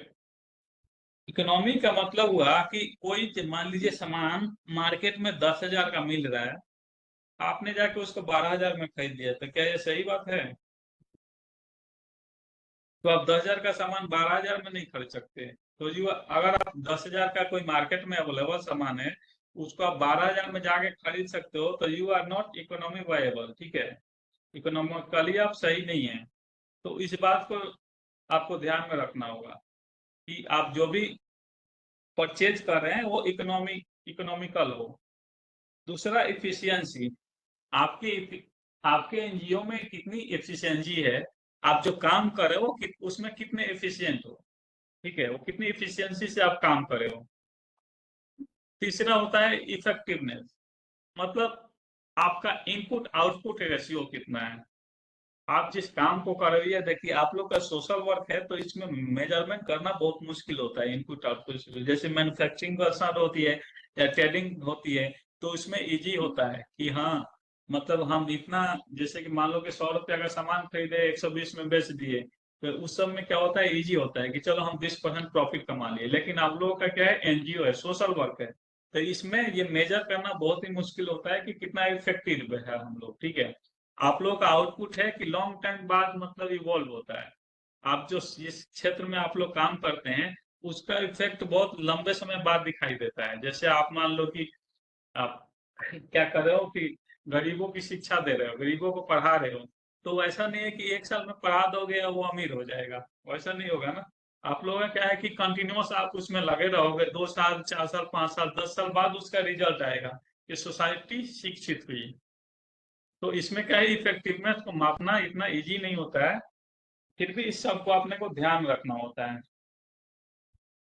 तो अभी तक आपने क्या क्या, 1 घंटा हो गया लगभग, 1 घंटे में आपने जो जो चर्चा की है इससे रिलेटेड आप लोग की क्वेरी है, आप लोग अब हमसे पूछेंगे एक एक करके। सर एक क्वेरी ये है कि आज की तारीख में बहुत जी सारे फोन कॉल आता है ऑर्गेनाइजेशंस को कि आपका आईटीजी हो गया क्या, सीएसआर सर्टिफिकेशन हो गया क्या, ऐसे फोन आता है। और जी 10-15 हजार रुपया लेके वो लोग आईटीजी और 12वे एंड यो सीएसआर सर्टिफिकेट्स ये इश्यू कर रहा। हाउ, जी मतलब ये कितना वैलिड है, how we can check it? देखिए ये आपके पास पहले से सर्टिफिकेट है कि नहीं, ये नहीं है, बताइए। नहीं है, नहीं है आपके पास सर्टिफिकेट नहीं है? जी। हाँ तो जैसे मैं बता रहा हूँ ना, जैसे हम लोग क्या है मोबाइल फोन यूज करते हैं तो हमारे जी पास बहुत सारे कॉल आती है कंपनियों की। जी जैसे बैंक वाला फोन करता है कि आपको लोन लेना है क्या, लोन का जरूरत है क्या, वैसे ही ना ये एनजीओ जो होती है ये कहीं ना कहीं रजिस्ट्रेशन होती है और आप हाँ, लोग का उसमें नंबर ईमेल आईडी मेंशन होता है। वो तो नीति ये आयोग क्या में कर, रजिस्टर्ड है सर, वो उसी से ले रहे हैं वो लोग और सबको हाँ कनेक्ट वही कनेक्ट वही कर चीज रहे है कि उसी से लेके, और ये लोग जो इसका काम करते हैं वो लोग मतलब बोलते हैं कि आपको अगर जरूरत है तो हमारे थ्रू काम करा लो। ठीक है, तो हैं। आपको जरूरत है तो कराइए, नहीं तो नहीं जरूरत है तो मत कराइए। जी जी लेकिन ट्रस्ट नहीं कर सकते, हो सकता है कि फ्रॉड हो। आजकल फ्रॉडबाजी बहुत ज्यादा बढ़ गया है। ठीक है, जी बहुत लोग क्या कर रहे हैं कि नंबर आपको बोल देंगे कि ये करा वो करा, बोलेंगे कि इतना पैसा भेज दो, 10,000 भेज दो, पता चला कि वो फ्रॉड नंबर है, आपका काम हुआ ही नहीं। तो आप ये सब काम कराएं तो आपने जान पहचान में आपके आपके सर्कल में कोई आदमी हो तो उसी के थ्रू कराएं। ठीक है, ऐसे कोई भी फोन कॉल आ रहा है उसके थ्रू आप नहीं कराएं, आपके नेटवर्क में जो लोग भी होंगे उन्हीं के थ्रू कराएं, अगर नहीं, कराने का नेटवर्क, जरूरत होगा तो। ठीक जी है, नहीं नहीं नहीं, जरूरत है तो कोई नेटवर्क में दिक्कत हैं नहीं। लोग, सॉरी सर, नेटवर्क हाँ में लोग हैं, वही लोग को हाँ भी मेरा प्रश्न ये है कि हाउ द रिलेवेंस, जो उसका ऑथेंटिसिटी कैसे चेक करेंगे? हाँ, मतलब कि वो सर्टिफिकेट दे दिए हैं, मेरे को भी हाँ आ गया, सारे ऑर्गेनाइजेशन को आया होगा, पूछ लीजिए सबको, सबके पास आया होगा, व्हाट्सएप में आ जाता है कॉपी, उसमें टिक लगा रहता है और मिनिस्ट्री ऑफ होम अफेयर्स से आता है सब, इनकम टैक्स डिपार्टमेंट से। वो कैसे का सर्टिफिकेट सारे लोग लिए हैं क्या? हाँ, लिए होंगे, पूछ लीजिए, सब लिए होंगे, मेरे नहीं जानते नहीं तो देखिए, यहाँ जगदलपुर के कई सारे ऑर्गेनाइजेशन लिए हैं। देखिए वो कौन सा सर्टिफिकेट है, नाम बताइएगा उसका। तो 12 ए का है सर, एटीजी का सेक्शन, अंडर सेक्शन एटीजी का वो है हाँ एक। देखिए, ये ऑथेंटिसिटी पता कर सकते हैं, इनकम टैक्स पोर्टल जो है ना, हाँ इनकम टैक्स पोर्टल पे आप लॉग इन कीजिएगा। आप किससे जी, करवाए हैं, एक आप बताइएगा तो, ये किससे करवाए थे? मेरा एक दोस्त है, वो हाँ है यहाँ पे रहता, वो एमकॉम वाला है, वो पहले हम्म, से एनजीओ का काम नाम करता था, लेकिन वो किसी कांटेक्ट उसका दिल्ली में है, ओके ओके, समझ वो गया ना। दिल्ली से कोई हाँ ईमेल से पॉसिबल बात। है, वेरीफाई करना कोई बड़ी बात नहीं है। आपका एनजीओ का इनकम टैक्स डिपार्टमेंट पे आईडी पासवर्ड होगा, आईडी होता है पैन नंबर, और हम्म, पासवर्ड एक होता है। जैसे हम लोग अपना आईटीआर फाइल करते हैं ना नॉर्मल जी आदमी, जी जी जी वैसे ही एनजीओ भी आईटीआर फाइल करता है, ये तो पता होगा सबको। जी तो उसी आईडी से आप लॉगिन करेंगे ना तो वहां से सर्टिफिकेट दिख जाता है कि वहां पे सर्टिफिकेट वही है कि नहीं। वहां से डाउनलोड करने का ऑप्शन होता है, ठीक है। अच्छा तो वैसा कीजिएगा तो मतलब कि वहां से मिल जाएगा आपको। और किसी को अगर वैसा है कि हमको वेरीफाई करना ही है तो हमसे कांटेक्ट करेगा, मैं बता दूंगा प्रोसेस जी कि आप यहाँ जाके ऐसे चेक करोगे तो आपको दिख जाएगा, ठीक है। जी जी जी। ये ऑथेंटिक है। वही दस वहां पे पंद्रह हजार अगर रुपये आपको लिए हैं लोग। सर्टिफिकेट 12/IIT का दिया है ना, तो जी यहाँ ये पोर्टल पे हमेशा अवेलेबल होता है, कभी भी आप डाउनलोड कर सकते हैं, ठीक है। डिपार्टमेंट पे जो पोर्टल है वहां पे जी लॉग इन करो, आपको दिख जाएगा कि हाँ ये आपका सर्टिफिकेट इशू हुआ है, तो आप खुद जी भी डाउनलोड कर सकते हो। तो जी वहां जी से आप चेक कर पाओगे कि आपका ऑथेंटिक है कि नहीं। जी। और कोई? Hello, hello. नमस्ते सर। हाँ बोलिए। हाँ सर नमस्ते, मैं ये बोलिए। बोल रही सर मैं स्नेह सरोवर सेवा संस्थान से जुड़ी हूँ। जी। मेरा प्रश्न ये है कि जो अभी हम लोग कैश में जो खर्च के लिए बोले छोटे मोटे सर, हाँ। कैसे करेंगे सर? कैश बुक में कैसे क्या दर्शाएंगे? छोटे मोटे खर्च क्या बोले? जैसे सर छोटे खर्चे रहते हैं, एक्सपेंसेस रहते हैं, जो बड़े हाँ। बड़े पेमेंट होते हैं वो तो चेक से हो जाते हैं सर। जैसे हाँ। कंटेंजेंसी में ऐसा होता है कि हाँ। इमरजेंसी खर्चा करना पड़ता है, वो 2000 के नीचे ही रहता है कैश, यानी 5000 के नीचे रहता है, जो कभी कभी इमरजेंसी में खर्चा करना पड़ जाता है। जी जी तो जी। उसको हम लोग कैसे मेंटेन करेंगे सर? मुझे मेरा ये प्रश्न है। अब देखिए, अब जहाँ खर्चा किए, ठीक है, वहां अगर मान लो कुछ परचेज किए तो आपके पास इनवॉइस होगा, जी ठीक है। सर। तो इनवॉइस पे लिखवा लीजिए कि किस मेथड से पेमेंट हुआ, वो लिख देगा कि पेड बाई कैश, ठीक है। जी सर। जी। इनवॉइस पे वो लिख देगा कि कैश पेमेंट डन, ठीक है। तो इनवॉइस का प्रॉपर कॉपी होना चाहिए आपके पास, एक तो वो हो गया। और दूसरा जी। कैश वाउचर बनवाना पड़ेगा आपको, आपका जो संस्था है ना, जी। उसको एक कैश वाउचर बना के रखना पड़ेगा कि ये इस डेट को यहाँ पे पेमेंट किया गया, इस आदमी को कैश में पेमेंट किया गया, उस पे अथोराइज पर्सन जो होगा वो साइन करेगा, स्टैम्प कर देगा, तो वैलिड हो जाएगा कैश पेमेंट। ओके। जी सर। जी हाँ। सर। Thank you sir. का सर ये पूछना था जहां तक मैं समझ पाया। जी। हेलो। कि हेलो। सर जैसे फील्ड में हम लोग काम करते हैं, कभी 100 रुपए, कभी 200 रुपए, 300 रुपए खर्च करने हैं। जी बहुत सारे दुकानदार रहते हैं जहां से हम लोग सामान खरीदे, उनके पास ना कोई बिल वाउचर कुछ नहीं होता, ओके। और ना हम फील्ड पे वाउचर लेके जा पाते कि फील्ड में वाउचर लिए साथ में घूमते नहीं रहें। नहीं नहीं नहीं, मैं वो नहीं बोल रहा उस हूँ। स्थिति में इनका फील्ड में पूछना है कि क्या होगा। उस स्थिति में देखिए, इनका पूछना है कि हम कैसे मेंटेन करें उसको। ओके देखिए, फील्ड में आपको वाउचर लेके नहीं जाना है। आपका जो हम्म ऑफिस है, एनजीओ का ऑफिस, वहां से वाउचिंग होगी। जो कि मान लीजिए आप फील्ड में गए, कुछ खर्च कर दिए हम्म 200-400 रुपए, तो हम्म आप आके और हम्म। ऑफिस में बता दोगे कि 400 रुपये मेरा यहाँ पे खर्च हो गया। वो 400 रुपये का कैश वाउचर बना देंगे, और वो स्टैम्प कर देंगे, साइन कर देंगे, अथोराइज पर्सन साइन कर देगा, तो वैलिड हो जाएगा, वो ठीक है। चल जाएगा। हाँ, हाँ वो वैलिड हो चल जाएगा। जाएगा, ठीक है। हाँ। अच्छा, एक सर और क्वेश्चन जैसे था मेरा। जैसे मान लीजिए आप ऑटो से कहीं गए, टेम्पू से गए, आपको 200 रुपये देना पड़ा, तो टेम्पू वाला हम्म। इनवॉइस थोड़ी देगा आपको 200 रुपये का, नहीं देता। वो तो नहीं अरे देगा आजकल ना। तो उसका बस वाले सिंपली टिकट कैश नहीं देते वाउचर सर। बनेगा, और हाँ उसमें हाँ लिखा हाँ जाएगा कि ऑटो का चार्जेस यहाँ से यहाँ दूरी जाने के लिए ऑटो का इतना फेयर लगा, इनको ऑथोराइज किया जाता है इतने रुपए कैश में रिम्बर्स करने के लिए, ठीक है। हाँ ये हाँ हाँ। प्रोसेस है। जैसे सर एक चीज और बताइए। अब हम ओके। गए, बिलासपुर रहते हैं, रायपुर गए। मनीष जी ने जी। प्रोग्राम कराया। मनीष जी ने कहा कि बिल आप बस का दीजिए या टिकट ट्रेन की दीजिए। ट्रेन से गए तो ठीक है, बस हम्म। से गए तो बस वाले भी टिकट नहीं देते आजकल। बहुत नहीं, बस बस वाले तो वाले तो टिकट दे देते ही नहीं देते हैं, उनका लोकल टिकट होता है छोटा नहीं मोटा। हाँ नहीं नहीं, लेकिन छोटा ठीक है। मोटा नहीं। हाँ। बहुत सारे सर आजकल बस वाले देते ही नहीं टिकट। जो हाँ। बड़ी बस, हाँ, लॉन्ग ठीक। जर्नी की बस चलती है, वो तो दे देते हैं। लोकल बस वाले नहीं देते, 100-150 किलोमीटर वाले ठीक बहुत है, मैं रेयर समझ देते गया हैं। मैं। हाँ। अब उस स्थिति में क्या वाउचर काम कर सकता है क्या? हम इनको हम्म। कैसे प्रूफ करेंगे वहां पर जाके मीटिंग में? देखिए, उसमें आप एक अपना पेपर पे लिख के दोगे, हाँ पेपर पे आप लिख के दोगे अपना कि हमने यहाँ से यहाँ ट्रेवल करने के लिए इतना रुपए मेरा हाँ बस का खर्च हुआ, ठीक है। हाँ हाँ आप क्या दोगे, एक पेपर पे, व्हाइट पेपर पे, कि मेरा नाम ये हाँ है, नाम अपना, डेट, एज लिखोगे, आधार या पैन कार्ड मेंशन कर दोगे, उसमें ये मेंशन कर दोगे, Aadhaar PAN card mobile number mention कर दोगे, ये लिखोगे कि यहाँ से यहाँ मैं बस के द्वारा ट्रेवल किया, इतना रुपए मेरा चार्जेज लगे, उस पर आप साइन करके दे दोगे कि कैश में मेरा रिम्बर्स किया जाए। ठीक है, वो पेपर अच्छा लेके हम कैश वाउचर बना के आपको उतना रिम्बर्स कर देंगे कैश में। अच्छा, वो वैलिड होगा। हाँ, अच्छा, आपको एक देना सर पड़ेगा और कहाँ चीज से कहाँ बताइए। बस से आए हो। ठीक है सर एक चीज और बताइए आप, जैसे मान लीजिए कोई एनजीओ है, जी।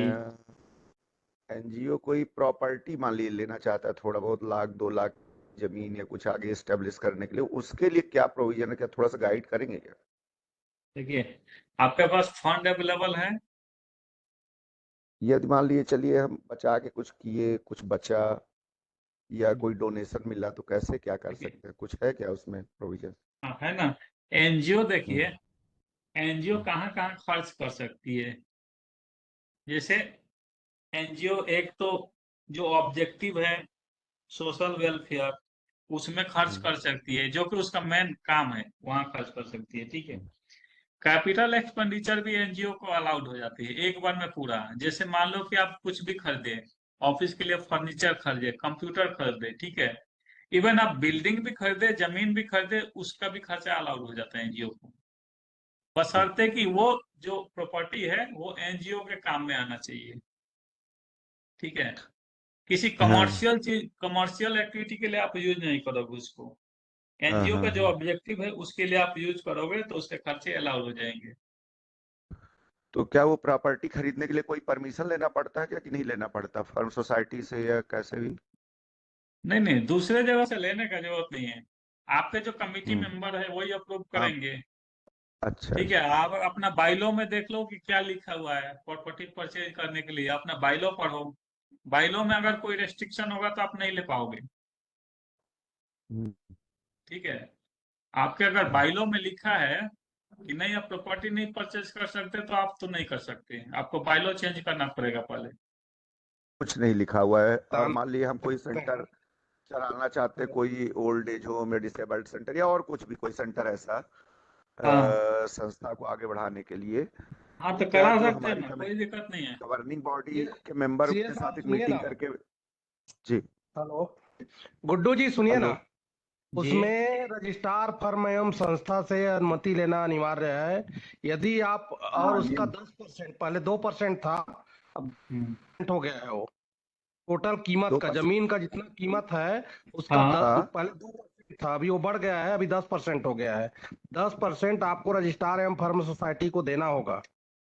जितना खर्च, लाख की जमीन लेते हैं तो उसका 10,000 रुपए हमको वहां जमा करना पड़ेगा जमा करना होगा। तो एडवांस ये में। वाला देखिए, ये वाला प्रोविजन इनकम टैक्स एक्ट में नहीं है, ये पूरा अलाउ कर देता है। हमारा जो आईटी एक्ट है ना, हम्म आईटी हमारा जो हम्म एक्ट है, ये हम्म कोई हम्म रेस्ट्रिक्शन नहीं लगाता है। आप जितना खर्च करोगे ना प्रॉपर्टी परचेज करने पे, ये पूरा हम्म। पैसा एक बार में अलाउ कर देता है इनकम टैक्स एक्ट, इसमें कोई रेस्ट्रिक्शन नहीं है।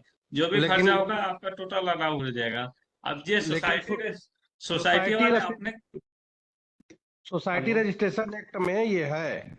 अच्छा सोसाइटी रजिस्ट्रेशन है तो फिर उनका अलग एक्ट है, तो नहीं वो वही अगर उसमें मेंशन किए वही हैं कि हमको 10% जमा करना है तो फिर वो आपको करना पड़ सकता है। ठीक है, इसके नहीं बारे सर, में तो इसमें वही सोसाइटी, वही चीज 10% जमा करके ऑब्जेक्टिव में परमिशन अमेंडमेंट लेंगे उनसे? लेके आप कर सकते हैं इस चीज को। हाँ, सोसाइटी रजिस्ट्रेशन एक्ट में है तो फिर उनके पास अपना बाइलॉ को अमेंड कराइए, उसका कॉपी उनको सबमिट कीजिए।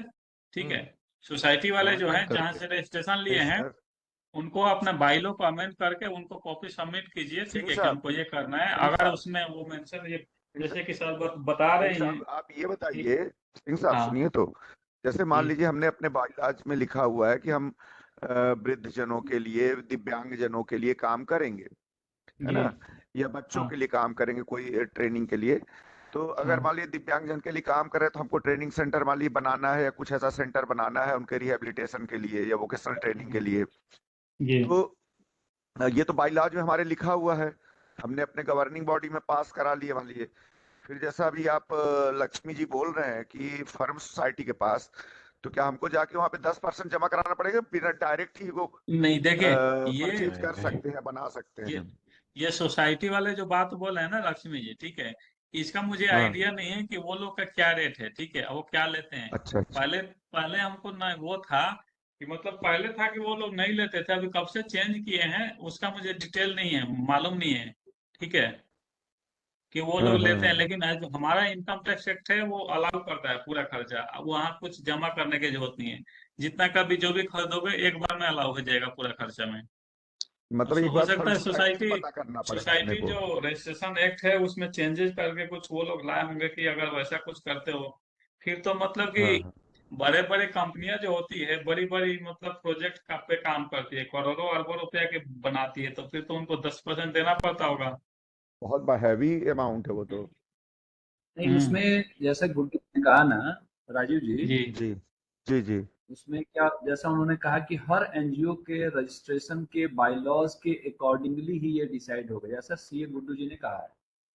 अब जी जहां तक सोसाइटी रजिस्ट्रेशन एक्ट 1973 फोलियो 4 के अनुसार जो है, वो उसमें कहीं नियम नहीं था, और उसको अभी जो लाए होंगे वो अलग का विषय है। लेकिन इसमें अभी एक दो उदाहरण है कि अगर हम्म जैसे आपने कोई मेजर प्रॉब्लम आइडेंटिफाई करके उस पर आप काम कर रहे हैं, और आप अगर हम्म अप्लाई करते हैं कि इस पर जो रेवेन्यू जनरेट हो रहा है, जो रेवेन्यू देना होता है, रजिस्ट्री का पैसा, और हम्म। जो ये शासन लेना चाह रही है, कलेक्टर को पावर है कि वो फ्री कर दे, इवन नहीं रजिस्ट्री वो तो शुल्क आप जो बोल रहे हैं वो रजिस्ट्री तो अलग चार्ज हो गया नहीं तो रजिस्ट्री मनीष भाई। शुल्क और ये जो 10% वाला जो बता रहे थे लक्ष्मी जी, वो नहीं ये सब जो माफ अभी हो जाता है, लक्ष्मी क्योंकि जी बोल रहे हैं कलेक्टर, हाँ नहीं नहीं, कलेक्टर लिख हाँ देगा तो फ्री भी हो जाता, कलेक्टर को समझ में आना अच्छा चाहिए।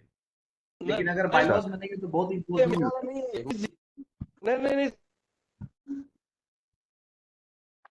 इसमें हेलो मतलब नहीं है। रजिस्ट्रेशन एक्ट में ये नियम है कि आपको यदि कोई भी जमीन आप खरीदते हैं तो उसका मूल्य बताना पड़ेगा, और उस मूल्य का जो निर्धारित दर है वो आपको जमा करना पड़ेगा। ये मैंने वो नहीं, ठीक कह रहे हैं आप, वो मैं कह रहा हूँ कि फिक्स इसमें है, मतलब कलेक्टर जो आपने है ना, बायलॉज में लिखा नहीं हो नहीं, या बाईलॉज की बात नहीं कर रहा हूँ, इसको आगे बढ़ाते हैं, इस कार्यक्रम बाद को में आगे बढ़ाते करेंगे, हैं। ऐसा नहीं है। नहीं, इसका कुछ नहीं होता। ये अच्छा ठीक है। हो उसमें गुड्डू सकता जी है कि एक वैसा चीज उसमें हो, ठीक है, अच्छा सोसाइटी एक रजिस्ट्रेशन में चीज हो, और ठीक है, हो सकता है, तो जी एक बार उसको इसको पता पता करना कर लेते पड़ेगा। हैं, इसको पता कर लेते हैं, सोसाइटी जो कंफर्म और कर रजिस्ट्रेशन लेते है हैं। वहां पे जाके ठीक पता है, करना पड़ेगा कि एक्चुअल क्या प्रोविजन है, ठीक है। जैसे कि लक्ष्मी जी बता मैं रहे हैं अभी हो जी ग्रुप सकता है में वैसा डाल हो, दूंगा उसका। अपने को मालूम ना हो, नहीं नहीं ठीक फिर बात है ठीक खुद बात अगर वो वैसा अ, किए होंगे तो उनको मालूम होगा। क्या है ना ठीक नया कि है, साहब फिर एक आगे चीज बढ़ते हैं। एक चीज और ठीक पूछना है, चाह रहा था मैं, जी दूसरी चीज की, इसी से रिलेटेड। मान लीजिए हम लोग जो काम मैं अभी करते ग्रुप हैं, में लक्ष्मी जी इसको ठीक है पता डाल करके आप बताइएगा। मैं ये बोल रहा था कि जैसे मान लीजिए हम लोग जिस प्रोविजन है डाल दूंगा अभी थोड़ी देर। ठीक है। ठीक ठीक ठीक है, ठीक है। सिंह साहब, सीए साहब, मैं एक चीज और पूछ जानकारी लेना चाह रहा था कि जी जैसे मान लीजिए हम लोग जिस भी प्रोजेक्ट में काम कर रहे हैं उसके अकॉर्डिंग जो भी पेमेंट आता है वो तो उसी में खर्च करने के लिए रहता है, ठीक ओके। है। और मान लीजिए हमको कोई हाँ प्रॉपर्टी ठीक है, मैं खरीदना है, अभी हम मीटिंग चाहते हैं कि में कुछ हम ऐसा सेंटर डेवलप करें, हाँ उसमें जो पैसा लगेगा, लागत लगेगी, उसको किस मद में, क्या हम डोनेशन वाले मद में से वो करेंगे या किस में से कर सकते हैं, ले सकते हैं हम, ये देखिए, या कहाँ से ले जो सकते हैं? पैसा जो पैसा जिस काम के लिए आया है ना आपको वहां वो खर्चा उसी में करना व्यय होता है, होगा। ठीक है। हाँ अगर आपको जी प्रॉपर्टी परचेज करना है तो मैं बताया हम्म ना कि जो भी डोनेशन रिसीट होता है उसका 85% खर्च करना होता है सोसाइटी को, हाँ और पंद्रह हाँ परसेंट वो हाँ हर हाँ साल बचा सकती है, ठीक है। अच्छा अब 15% हाँ बचा के वो एक्यूमुलेट करती है, 5 साल में उसको खर्च करना होता है, तो वो 15% आप कहीं भी खर्च कर सकते हैं, ठीक है। अच्छा ये 15% हर साल बचाया जा सकता है उसको। हाँ हाँ, उसको हाँ बताया वो मैं ना, करके प्रेस्क्राइब मोड हाँ होती है, सेक्शन हाँ 11(5) में मेंशन है कि आप हाँ या तो इन्वेस्ट करो गवर्नमेंट सिक्योरिटी में, या तो पोस्ट ऑफिस डिपॉजिट करो, या तो शेड्यूल बैंक के सेविंग एफडी करवा दीजिए, ठीक है। या तो मैंने ये सब संस्था के मोड नाम है। पे एफडी भी करवा सकते हैं। हाँ हाँ हाँ, संस्था के नाम पे आप एफडी करा सकते हैं पोस्ट ऑफिस में, जो 15% बैलेंस अमाउंट है ना, और उसको फिर हम्म बाद में यूज कर सकते हैं। या तो आपको कोई अच्छा वैसा फंड दे रहा है कि नहीं, आप प्रॉपर्टी खरीदने के लिए आपको डोनेशन दे रहा है, स्पेसिफिकली मेंशन करके तो आप कर सकते हैं। अच्छा अच्छा, ठीक ठीक ठीक ठीक गुड्डू सर, जी, इसमें ओके, 2-3 चीज और थैंक पूछना यू। था, जो सब लोग को और थोड़ी क्लैरिटी आ जाए। डोनेशन का जो जी है उसमें जो एक चीज बताना है, जो बहुत इन दिनों डोनर बॉक्स से भी डोनेशन लिया जाता है। सड़कों पे खड़ा होकर एनजीओ लोग, बहुत लोग लेते हैं। तो डोनर बॉक्स का डोनेशन का अमाउंट में, उसमें तो बेनिफिशियरी का नाम ही नहीं पता है उसको। कोई 100 रुपए मैं डाल बता देते हैं, रहा हूँ 500 रुपए ना, वो एनोनिमस क्राउड डोनेशन फंडिंग बोलते से। हैं, ठीक है। वो जो बॉक्स में अच्छा, चंदा उसका लिया क्या? जाता है ना, हेलो, हम्म, जो जी। बॉक्स में चंदा मिलता है और जिसमें डोनर का हम्म, नाम नहीं रहता है, हेलो, हम्म। उसको हाँ, सुन रहा हूँ। एनोनिमस डोनेशन बोलते हैं, ठीक है। गुप्त अच्छा। दान बोलते हैं उसको। हम्म, और वो क्या होता है, एक फॉर्मूला के तरह कैलकुलेट, इनकम टैक्स डिपार्टमेंट उसका प्रोविजन अलग से बना के रखी है। एक फॉर्मूला के तरह टोटल डोनेशन से उसका एक कैलकुलेशन होता है। उसमें से कुछ परसेंटेज, मैक्सिमम 5% टोटल डोनेशन होता है ना, एडजस्टेड करके 5% अच्छा। गुप्त दान जो होता है उसका 5% आपको छूट देती है। या तो 1.5 लाख का लिमिट है, मतलब विच आर लोअर, ठीक है। और उसके बाद जो गुप्त दान मिलता है ना, उसको एमएमआर के रेट से टैक्स देना पड़ता है। मतलब कि 30% प्लस 12% प्लस 4% आपको टैक्स देना पड़ेगा उसमें, और कोई उपाय नहीं है। गुप्त दान मैंने पे अगर टैक्स देना पड़ता है। 1 लाख रुपए गुप्त दान अगर मिलता है ऐसे ही इस टाइप में जैसे मनीष जी बोल रहे हैं, तो उसमें हाँ, 30% टैक्स, फिर 12% प्लस 12% प्लस 4%। 30 प्लस 12 प्लस 4, ठीक है। तीस हाँ तो 30 तीस प्लस 12, 30 का 12 और उसका 4, ठीक है। तो लगभग हम्म, लगभग 34 के आसपास, 33 पॉइंट समथिंग आता है, 44% के आसपास। मैंने वो टैक्स देना पड़ेगा, 1 लाख का 33,000 रुपए टैक्स देना पड़ेगा। नहीं नहीं, 1 लाख का नहीं, आपका हाँ टोटल डोनेशन जो मिला है ना उसका 5% निकालेंगे, ठीक है। हाँ, टोटल डोनेशन एक कैलकुलेशन होता है, टोटल डोनेशन का 5% निकालेंगे और 1.5 लाख। मान लीजिए 1 लाख रुपए मिला, 1 लाख रुपए मिला तो 1 लाख का 5% 5,000 रुपए। हाँ, 1 लाख तो आपको गुप्त दान मिला ना, और भी तो मिला होगा, हाँ, अच्छा और भी उसको भी दान मिला जोड़ेंगे होगा ना इसमें। आपको। हाँ, सबको पहले अच्छा जोड़ेंगे, सबका 5% निकालेंगे, और डेढ़ अच्छा लाख रुपया दोनों में से जो कम होगा ना उसको अलाउ करेंगे, गुप्त दान में से लेस कर अच्छा देंगे, ठीक है। मान अच्छा लो कि अच्छा आपको अच्छा। 10 लाख रुपया मिला, ठीक है। हाँ 10 लाख हाँ। टोटल मिला, हम्म ठीक है। हम्म, उसमें से 1 लाख रुपया गुप्त दान है, 10 लाख 9 लाख रुपया आपको पता है कहाँ से मिला, जी। समझ गए। हम्म, हाँ, तो 10 लाख का 5% कितना हो गया? 10 लाख का 5% हो गया 50,000। 50,000, है। ठीक है। हम्म तो हम्म, 50,000 रुपया 1 लाख में से कम होगा तो 50,000 रुपया आपका छूट मिल जाएगा गुप्त दान में से।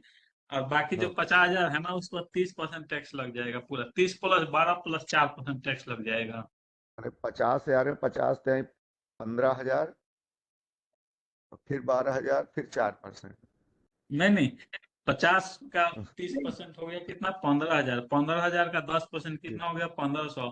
और दोनों को जोड़ के फिर 15। 4% लगता है उस पे, ठीक है। अच्छा 15,000 प्लस 1,500 का टैक्स का 4%। 12%, ठीक है। टैक्स का 12% और उसका 4% लगता है, लगभग 32-33% आती है। मैंने 50,000 का 32-33% मान ले। हाँ हाँ, मान लीजिए उतना आपको टैक्स भरना अच्छा। पड़ेगा। आप 1 लाख रुपए गुप्त दान लिए और टोटल 10 लाख का डोनेशन है, तब ये एक मतलब एग्जाम्पल में बताया। हम्म, ठीक ठीक ठीक ठीक। और कुछ, क्योंकि 8:30 हो गई है अपनी, 1.5 घंटे से चल रहा है अपना नहीं नहीं, सेशन। बहुत नहीं, बहुत उपयोगी जानकारी आपने दिया सिंह साहब। और किसी को कुछ पूछना है तो पूछ सकते हैं, तो अपने दूसरा आज बंद दूसरी करेंगे चीज, फिर। गुड्डू जी, हाँ गुड्डू जी, जी सभी लोग की तरफ से ये मैं ये पूछ रहा था जी। कि अपने जो मनोज नाग जी हैं उन पे भी ध्यान में डाल रहा हूँ कि जैसे सभी मनोज ना, एनजीओ को लोग ट्रेन कर रहे हैं, तो एक ट्रेन करने में हम लोगों ने एक बात कही थी कि आप हाँ किसी यूनिवर्सिटी से एमयू कर हाँ, सकते हैं। अगर हमने अच्छा, किसी यूनिवर्सिटी से एमयू किया 70-30 के रेशियो में, कि ओके, टोटल प्रोजेक्ट का 70% जो TOR बनेगा, टर्म्स ऑफ रेफरेंस जो बनेगा, 70% मेरा होगा और 30% आपका होगा, जो भी हो, मतलब ये मैं 70-30 एक उदाहरण के तौर पे कह रहा हूँ। ओके तो ओके। उस 70-30% का जो टारगेट है, जो पैसा है, वो आता है। तो एस्क्रो अकाउंट जो खोलते हैं, तो उस एस्क्रो अकाउंट पर जो अलग से खोलते हैं, और उसमें जो ये हम लोग सोशल वर्क करेंगे, तो जितना आप नियम बता रहे हैं सब उसी पर लागू होगा क्या? उस पर भी लागू होगा? एस्क्रो अकाउंट किसके नाम से खोलिएगा? दोनों ज्वाइंटली खुलेगा ना? मतलब ज्वाइंट, जैसे जेबी काम करता है ज्वाइंट वेंचर, वैसा आप बोल रहे हैं आप काम करने के लिए? हाँ, एक ज्वाइंट प्रोजेक्ट कर वेंचर रहे हैं में दो एनजीओ मिलके, दो एनजीओ वैसा? मिल के, ठीक है, हाँ हाँ। हाँ हाँ, दो एनजीओ मिल और के दो, कर रहे हैं। तो हाँ। मान लीजिए कि 50-50% पे आया कि चलिए हम्म आप फील्ड में रिसर्च कीजिएगा, तो मैं ऑफिस संभालूंगा। हम्म तो दोनों का अलग अलग फंड है, दोनों के लिए अलग अलग पैसा बैंक में जाता है, और बैंक जो है दोनों को उतना पैसा वहीं से बाइफरकेट करके भेज देती है। तो वहां तो उसमें भी तो यही सब नियम लागू होगा। अब देखिए अब बैंक का हमको आइडिया नहीं है कि दो का ज्वाइंट अकाउंट खोलेगी कि नहीं, ठीक है। बैंक जो है वो दो एनजीओ को मिला के ज्वाइंट अकाउंट खोलती है कि नहीं, एक बार बैंक वाले से कंफर्म करना पड़ेगा अपने को, ठीक है। अगर खोल देती है, अगर खोल देती है, नहीं ठीक खुलेगा। है, नहीं खुलेगा ना, वही मतलब कि मुझे वही लग रहा है कि बैंक कम ही चांस है कि ज्वाइंट अकाउंट खोले, वो भी दो एनजीओ का, ठीक है। ज्वाइंट अकाउंट इंडिविजुअल का खुलता है। नहीं नहीं नहीं, बैंक वाले नहीं जैसे खुलते हैं।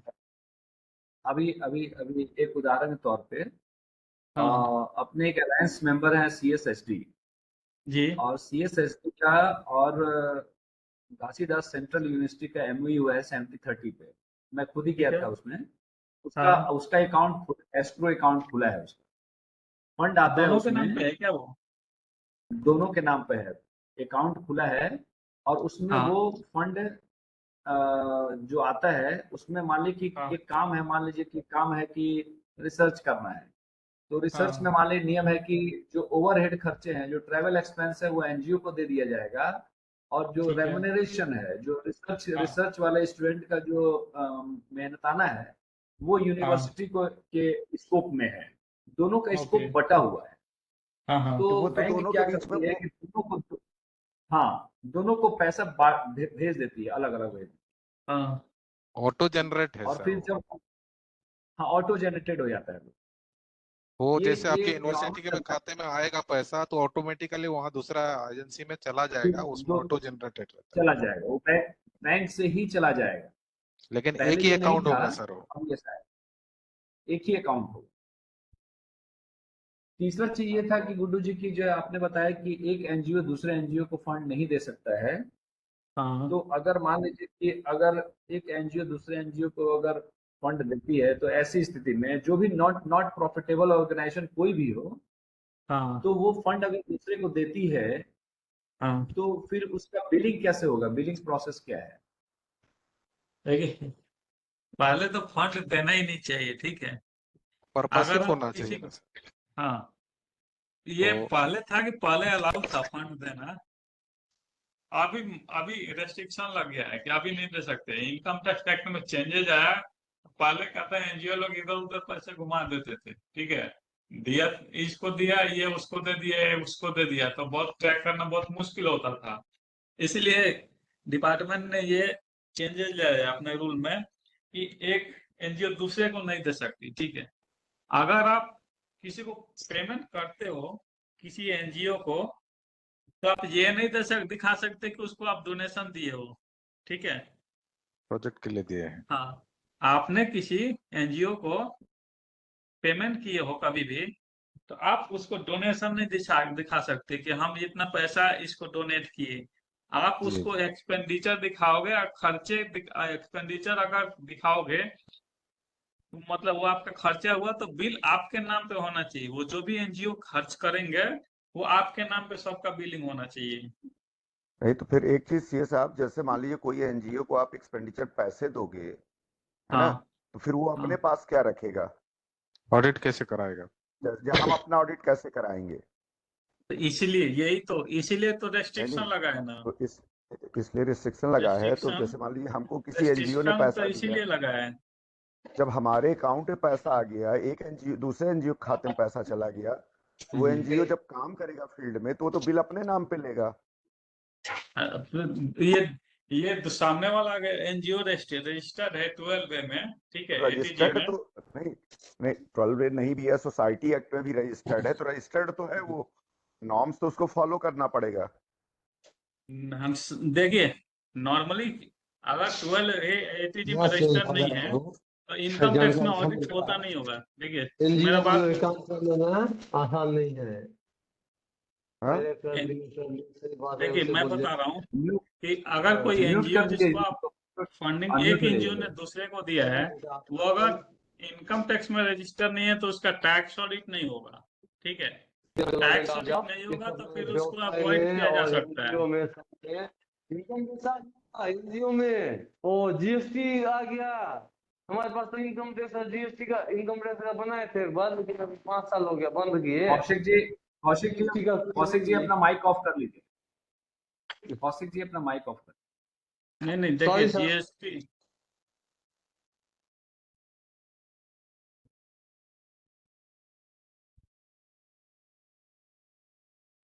हाँ गुड्डू जी, हम बोले थे कि अगर किसी एनजीओ, एक एनजीओ ने दूसरे को अगर पैसा दे दिया गलती से भी, ठीक है, तो दूसरा वाला एनजीओ अगर टैक्स ऑडिट करवाता होगा तब तो दिक्कत है।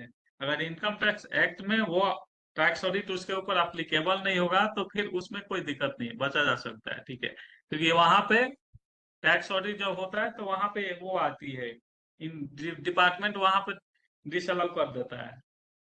नॉर्मली आप सोसाइटी सोसाइटी रजिस्ट्रेशन एक्ट में आपका ऑडिट होता है और उसमें कोई दिक्कत नहीं है। ठीक है गुड्डू जी, हाँ। एक छोटा सा मैं ये कह रहा था कि सभी के जानकारी के लिए कि जो ये तो डोनेशन की बात हो गई, जो अभी राजीव जी एक बात कर रहे थे मैं सुन रहा था, तो जो प्रोक्योरमेंट पॉलिसी है, उस प्रोक्योरमेंट पॉलिसी में जैसे कि हम लोग करते हैं, जैसे अभी यूनिसेफ को सब चीज बताना पड़ता है, उसमें नियम है कि हम लोग क्या करते हैं कि जैसे जो ट्रेवल एक्सपेंस है, जैसा वो कह रहे थे कि ट्रेवल एक्सपेंस मैंने किया, अब वो हम कैसे अपना को ये करेंगे, तो जो अगर वो एनजीओ के चीफ फंक्शनरीज हैं, एनजीओ के कर्मी हैं, प्रोक्योरमेंट पॉलिसी या एक्सपेंस वाले पॉलिसी में एक नियम बनाया जाता है कि उसकी हमारे एक्सपेंस को, जैसे president and board members except treasurer और चीफ फंक्शनरी, तो प्रेसिडेंट और बोर्ड मेंबर्स का जो है सैंक्शनिंग अथॉरिटी जो है ना, कंट्रोलिंग ऑफिसर ट्रेजरर होता है और सैंक्शनिंग ऑफिसर चीफ फंक्शनरी होती है। ये इंटरनल पॉलिसी, हाँ इंटरनल पॉलिसी जो है, इंटरनल पॉलिसी है, approval and sanction of expenses वाले में। दूसरा जो ट्रेजरर होता है, जो ट्रेजरर एंड चीफ फंक्शनरी होता है, उसका कंट्रोलिंग ऑफिसर और सैंक्शनिंग ऑफिसर प्रेसिडेंट होता है। हाँ। और प्रोग्राम मैनेजर का सैंक्शनिंग ऑफिसर ट्रेजरर होता है, और programme officers, accountant, book keepers, cashiers, supervisor, support staff, community workers, assistant, ये सारे लोगों का जो है वो controlling officer, programme manager, but sanctioning officer should be chief functionaries. तो एक फॉर्मेट बनाया जाता है एक्सपेंस का, और उस फॉर्मेट में भरेंगे और वो जमा करेंगे, और इसी तरह सैंक्शनिंग ऑफिसर उसको सैंक्शन कर देगा, तो कैशियर पेमेंट आपको कैश भी कर सकते हैं। ये इंटरनल पॉलिसी है जिसको कि फॉलो करना होता है। हर एनजीओ स्वतंत्र है अपनी एक इंटरनल पॉलिसी बना सके। हाँ सब ये एनजीओ अपनी बना सकती है पॉलिसी, फाइनेंशियल पॉलिसी हाँ तो हाँ सब एनजीओ का अपना होना चाहिए। क्या हमारा फाइनेंशियल कोई भी खर्चे हो रहे हैं तो शुरुआत में हमको आपने हमारा कहा था। इस पॉलिसी के थ्रू होना चाहिए। जी जी जी, ठीक है। और कोई सवाल किसी का?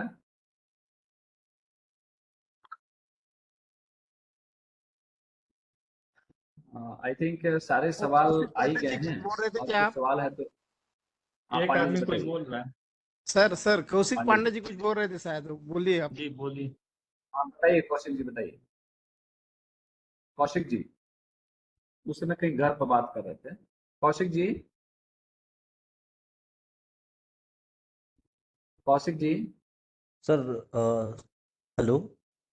हेलो। हाँ बताइए नंद कुमार। हाँ सर, मैं हाँ नंद जी कुमार सर। सोनवंशी बोल रहा हूँ सर। सर मैं ये पूछ रहा था सर, हाँ सेक्शन 8 कंपनी और ये एनजीओ सोसाइटी, इसमें सर कितने सिमिलरिटी है और डिफरेंसेस क्या है? जैसे दोनों का एटीजी 12 है में, दोनों तो रजिस्टर्ड होते हैं, हाँ, मैं लेकिन देखिए इनके। मैं बता रहा हूँ। सेक्शन 8 कंपनी जो होती है वो जी सर। कंपनी, वो MCA, ministry of corporate affair जो है ना, एमसीए के पास रजिस्टर्ड होती है। जैसे बाकी सारी कंपनियां होती है ना, प्राइवेट कंपनी या पब्लिक कंपनी, कंपनी का नाम सुनते हैं ना, वैसे ही ये भी है। ये एक अलग एंटिटी होती है, लीगल एंटिटी। लेकिन इसमें क्या है कि ये सेक्शन 8 कंपनी का मतलब होता है, ये इसका काम होता है कि चैरिटेबल काम करना, बस इतना ही अंतर है। बाकी कंपनियों का काम क्या होता है, वो अपना कमर्शियल एक्टिविटी करती है, बिजनेस, पैसा कमाना उनका काम होता है। लेकिन जो आप सेक्शन 8 कंपनी का रजिस्ट्रेशन कराते हो, इसका काम होता है चैरिटेबल काम करना, ठीक है। और इसका रजिस्ट्रेशन होती है MCA, ministry of corporate affair के पास, सारा डिटेल। और इसका अलग से एनुअल फाइलिंग होती है हर एक, मतलब इसका एक बार रजिस्ट्रेशन हो जाएगा ना, तो इसका ऑडिटर अपॉइंट करना पड़ेगा, ठीक है। उसके अलावा इसका साल में रिटर्न जाती है, इसका अलग से रिटर्न जाती है। जैसे कंपनी का रिटर्न होता है ना, इसका भी एनुअल रिटर्न होता है, बोर्ड मीटिंग होगा, इसका प्रोविजन अलग से होता है। जिस नॉर्मल अपने सोसाइटी चलाते हैं उसमें इसमें बहुत अंतर है,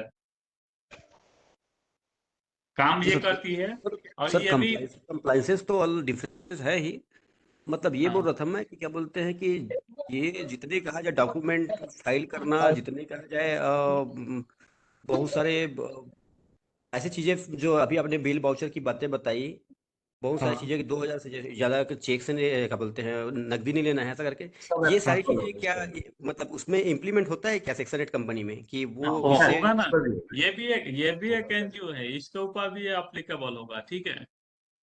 कि आपको भी नहीं लेना है, कैश डिजिट नहीं लेना है, क्योंकि आप सेक्शन 8 कंपनी तो होगा। ये तो जैसे कि आप सोसाइटी रजिस्ट्रेशन कहाँ कराते हो, सोसाइटी रजिस्ट्रेशन जो होता है सोसाइटी रजिस्ट्रार के पास कराते हो ना, जी तो वो एक अलग चीज है। ऐसे ही section 8 company ministry of corporate affair पर रजिस्टर्ड होती है। लेकिन इसका एग्जम्पशन के लिए दोनों को सिर्फ एक ही जगह जाना पड़ता है, या तो सोसाइटी हो या ट्रस्ट हो या तो सेक्शन 8 कंपनी। सबको अगर एग्जम्पशन क्लेम करना है ना अपने इनकम का, इनकम मतलब डोनेशन का, अगर एग्जम्पशन क्लेम करना है तो सबको एक ही घर में जाना पड़ेगा। वो घर कौन सा है? इनकम टैक्स डिपार्टमेंट का। वो 12 AA का, ATG का रजिस्ट्रेशन लेना पड़ेगा। अब वहां पे सब बराबर है, ठीक है। वहां सबके ठीक लिए है। एक ही रूल है। ये सिर्फ एक फॉर्म अलग इसमें अलग है, मेथड ऑफ ऑपरेशन अलग है, लेकिन डिपार्टमेंट में इन लोगों के लिए एक ही है कि आपको जो भी आप एनजीओ के काम करते हो तो सबके ऊपर एक ही रूल अप्लीकेबल होगा। इसके लिए ये सेक्शन 8 कंपनी वाले क्या करते हैं, ये सीएसआर, जो सीएसआर का फंडिंग के लिए सीएसआर का रजिस्ट्रेशन ले लेते हैं, ठीक है। सही है। सीएसआर होती है कंपनियां जो होती है ना, बड़ी बड़ी कॉर्पोरेट कंपनियां, जी सर। उनका क्या होता है कि बड़ी कंपनियां होती है, उनको नेट प्रॉफिट जो कमाती है ना, उसका 2% ना सोशल एक्टिविटी के लिए जी खर्च एक करना और मैं पड़ता है। और था। हेलो। हाँ बोलिए। NGO hello. का ये एनजीओ का ईयरली ऑडिट करते हैं, कितना पैसा लेते हैं एक साल का? मतलब एनजीओ का ऑडिट में, हेलो, हेलो। एनजीओ आवाज नहीं आ रही है आपकी क्लियर।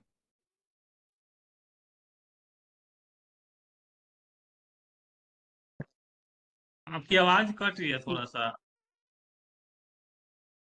किसी एनजीओ का पैसा लेते हैं एक साल का, हाँ किसी देखिए, एनजीओ का आप ऑडिट करते हैं हाँ यदि, तो कितना जी जी, चार्जेस करते हैं? ये मैं हाँ पूछ मैं रहा था। बता रहा हूँ। देखिए, एनजीओ का जो ऑडिट पहले पहले इनकम टैक्स में ऑडिट होता था, और अभी इनकम टैक्स में ऑडिट होता है। तो पिछले एक साल से ना इनकम टैक्स में ऑडिट का फॉर्म में चेंजेज आया है, ठीक है। पहले 15-16 क्लॉज में रिपोर्टिंग होता था, अभी टोटल 49 क्लॉजेज हो गए हैं। और ऑडिट ये डिपेंड नहीं करता है कि किसी एनजीओ का हम ऑडिट कर रहे हैं तो एक फिक्स चार्जेज होता है। वो डिपेंड करता है कि एनजीओ का टर्नओवर कितना है। मान लीजिए कोई छोटा एनजीओ है जो कि साल में पूरे साल में सिर्फ 10 लाख का डोनेशन है, ठीक है, तो उसका ऑडिट फी अलग होता है। कोई एनजीओ है जिसका 10 करोड़ का डोनेशन है तो उसका ऑडिट फी अलग होता है। कोई एनजीओ होती है जिसका 100 करोड़ मिला है पूरे साल में तो उसका ऑडिट का फी अलग होता है, ठीक है। तो ये एक फिक्स रेट नहीं होता है ऑडिट का। नॉर्मली आदमी 10,000 मिनिमम चार्ज करता है। अगर बहुत छोटा एनजीओ है तो 10,000 मिनिमम चार्ज करता है।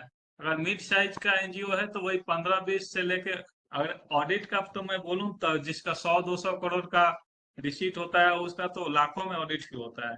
तो वैसा कोई फिक्स अमाउंट नहीं होता है ऑडिट का कि आपको इतना चार्ज करना है। डिपेंड करता है कि एनजीओ के साइज क्या है। ऑडिट फी का मतलब होता है कि बुक्स, ऑडिट का मतलब होता है आप बुक्स ऑफ अकाउंट को चेक करना, प्रॉपर वाउचिंग वगैरह। वो किस बेसिस पे होता है कि कितना टर्नओवर है। अगर जिसके पास ज्यादा पैसा आ रहा है उसका वाउचिंग ज्यादा होगा, खर्चे ज्यादा होंगे, इनवॉइसिंग ज्यादा होगा, तो उतना मेहनत ज्यादा पड़ता है। उस हिसाब से आदमी फी चार्ज उस हिसाब से करता है। जो मान लो कि पूरे साल में 50,000 ही रुपया जिसको मिला है वो तो सिर्फ 2 ही 4 ट्रांजेक्शन किया होगा पूरे साल में, तो उसका ऑडिट फी तो ज्यादा होगा नहीं। जिसको मान लीजिए 50 करोड़ रुपया मिला है उसका तो बुक भर भर के मतलब बहुत सारा फाइल उसका ऑडिट करना पड़ेगा, तो उसका अलग फी होता है। तो ये कोई फिक्स अमाउंट नहीं होता है, लेकिन मिनिमम 10,000 होता है, ठीक है। मिनिमम 10,000 से शुरुआत होता है कोई भी एनजीओ। अगर टैक्स ऑडिट है तो बिना टैक्स ऑडिट वाले 5,000 में भी चलते हैं। अगर इनकम टैक्स में ऑडिट नहीं है किसी का, जिसका मान लीजिए कि जिसका 2-2.5 लाख से कम का है तो उसका अलग होता है। अगर इनकम टैक्स है तो फिर मिनिमम 10,000 चार्ज होता है ऑडिट का। और कोई क्वेरी? मतलब 2 लाख से 2.5 लाख से नीचे हो तो वो मतलब उसमें एक तरह से कम 2.5 चार्जेस लाख से कम अगर है तो फिर वो इनकम टैक्स एक्ट नहीं होता है, ठीक है। नहीं होता है। हाँ ठीक है, हाँ, ठीक। तो ये सारा 5-6 हजार। चीज हाँ, तो वो ऑडिट अलग होगा, आईटीआर उसका अलग जाएगा। और ठीक है। आईटीआर का नॉर्मली बोला हूँ, ऑडिट अलग होता है, आईटीआर अलग होता है, ठीक है। आईटीआर का लगभग 2.5 से 5,000 आदमी चार्ज करता है एक आईटीआर का। एनजीओ का जो आईटीआर जाता है ना, ठीक है, उसका लगभग लमसम आदमी 2.5 से 5,000 के बीच में चार्ज करता है। ठीक। और कोई आई क्वेरी? थिंक सारे क्वेरीज आ गए होंगे। हाँ, और ठीक है ना। अपने बहुत फिर सारे, भी हाँ बहुत सारे और चीजें कुछ तो होगा क्वेरी या सही फिर है। और कभी करना हुआ तो एक बार और कर लेंगे वेबिनार, कभी महीना 2 महीना में, ठीक है ना। ठीक है, ठीक।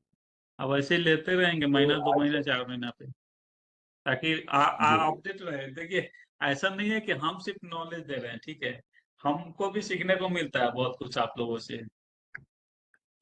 सही क्योंकि बात, सही बात। कोई भी आदमी परफेक्ट नहीं होता है, ठीक है। हो सकता है किसी के बात तो पास सही है। ज्यादा ज्ञान हो, किसी के पास कम ज्ञान हो, लेकिन होता सबके पास है। तो सबको एक हॉबी हो दूसरे गया। से सीखना चाहिए।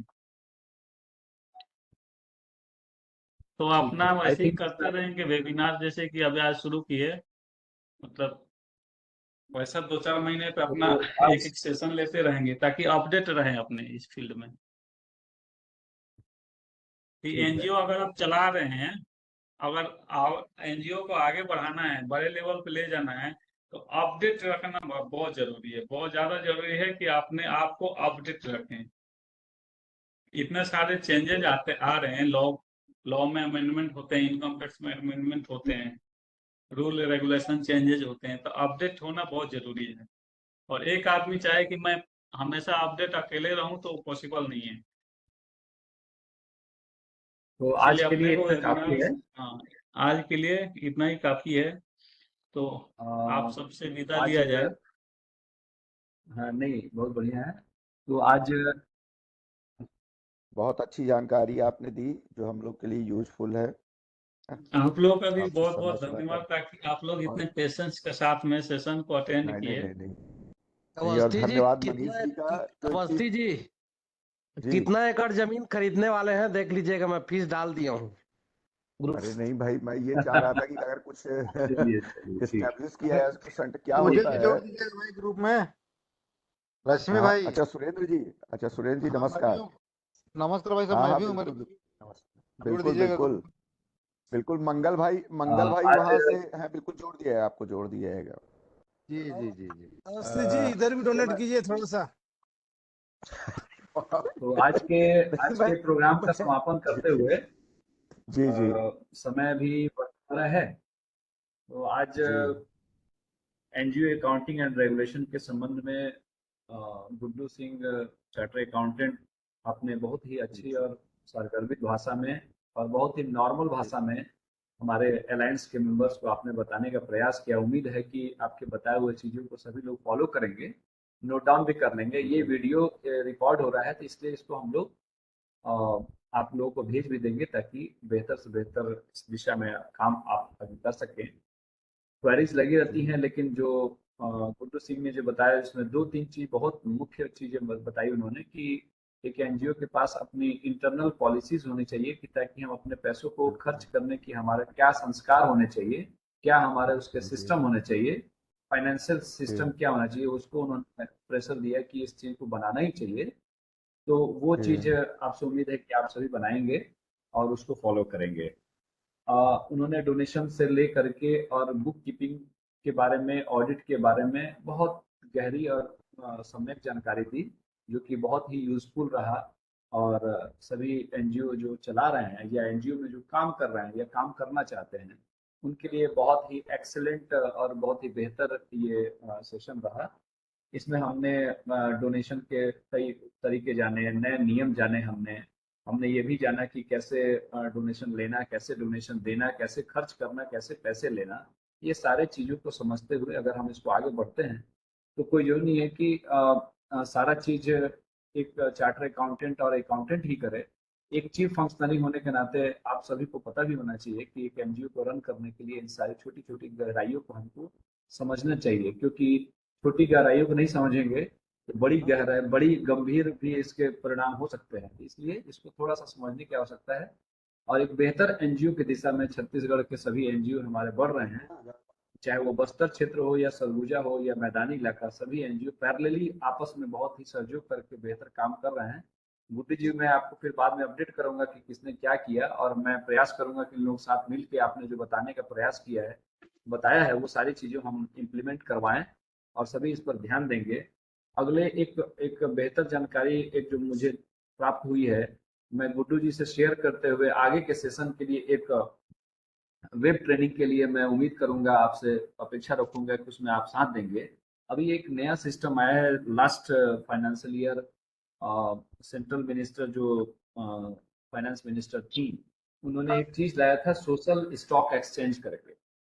तो एक अभी तक प्रॉफिटेबल कंपनी ही एनएसई और बीएसई में रजिस्टर होती थी।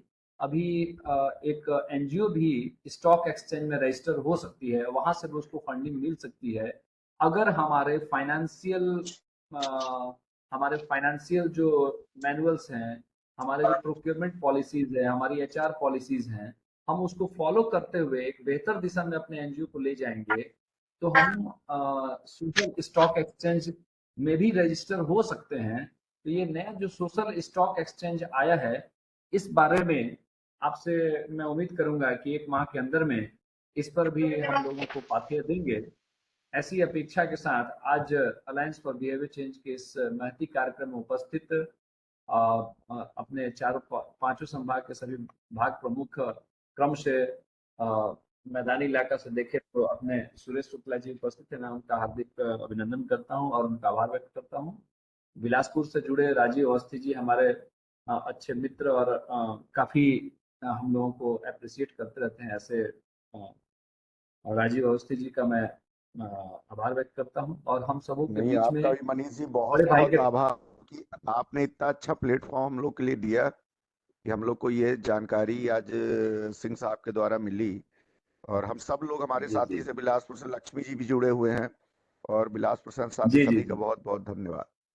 जी जी बहुत बहुत जी धन्यवाद। मनीष जी। और बिलासपुर संभाग के सभी और अपने बस्तर संभाग के सभी जो हमारे सहयोगी जुड़े हैं, सबका मैं आभार व्यक्त करता हूं। और सरगुजा से हम सबों को हम बड़े भाई की तरह और हम काफी अपने बीच में सोशल रहने वाले ऐसे मंगल पांडे जी का मैं आभार व्यक्त करता हूँ कि उन्होंने अपने पूरे टीम के साथ आज जुड़े और सभी लोग इसमें सम्मिलित हुए।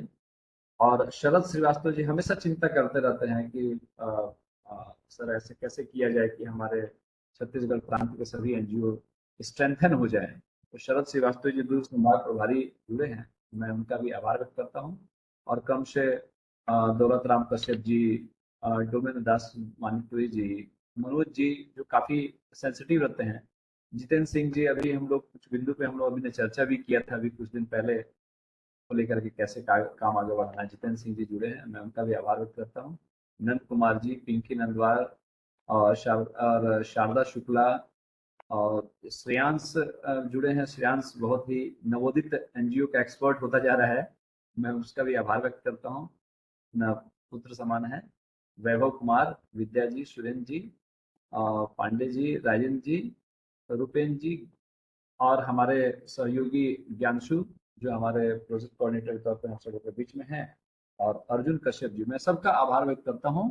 और उम्मीद है कि यह सेशन आपको पसंद आया होगा और इससे जुड़ी हुई कुछ बातें हैं तो आप लोग नोट डाउन करके रखेंगे। फिर एक डाउट क्लियर करने के लिए भी एक 20-25 मिनट का सेशन हम लोग रख सकते हैं, बाद में बात कर लेंगे आपस में। पुनः आप सभी का आभार व्यक्त करते हुए आगामी social stock exchange, how to register with social stock exchange and its significance, इस विषय पे अगले महीने कोई एक डेट निश्चित करके इस पर प्रशिक्षण फिर से इस उम्मीद के साथ मैं जोड़ना चाहूंगा और सीए गुड्डू कुमार सिंह जी को, वो हम लोग को पाथेय देंगे। मैं उनका आप सभी की तरफ से बहुत बहुत आभार व्यक्त करता हूँ। बहुत बहुत धन्यवाद। शुभ रात्रि। शुभ रात्रि आप सबको। Thank you sir, good night. Good night. Thank you everybody, thank you. सभी को नमस्कार। चलिए, शुभ रात्रि। ठीक है, गुड, शुभ रात्रि। ठीक है, ओके, गुड नाइट। ओके।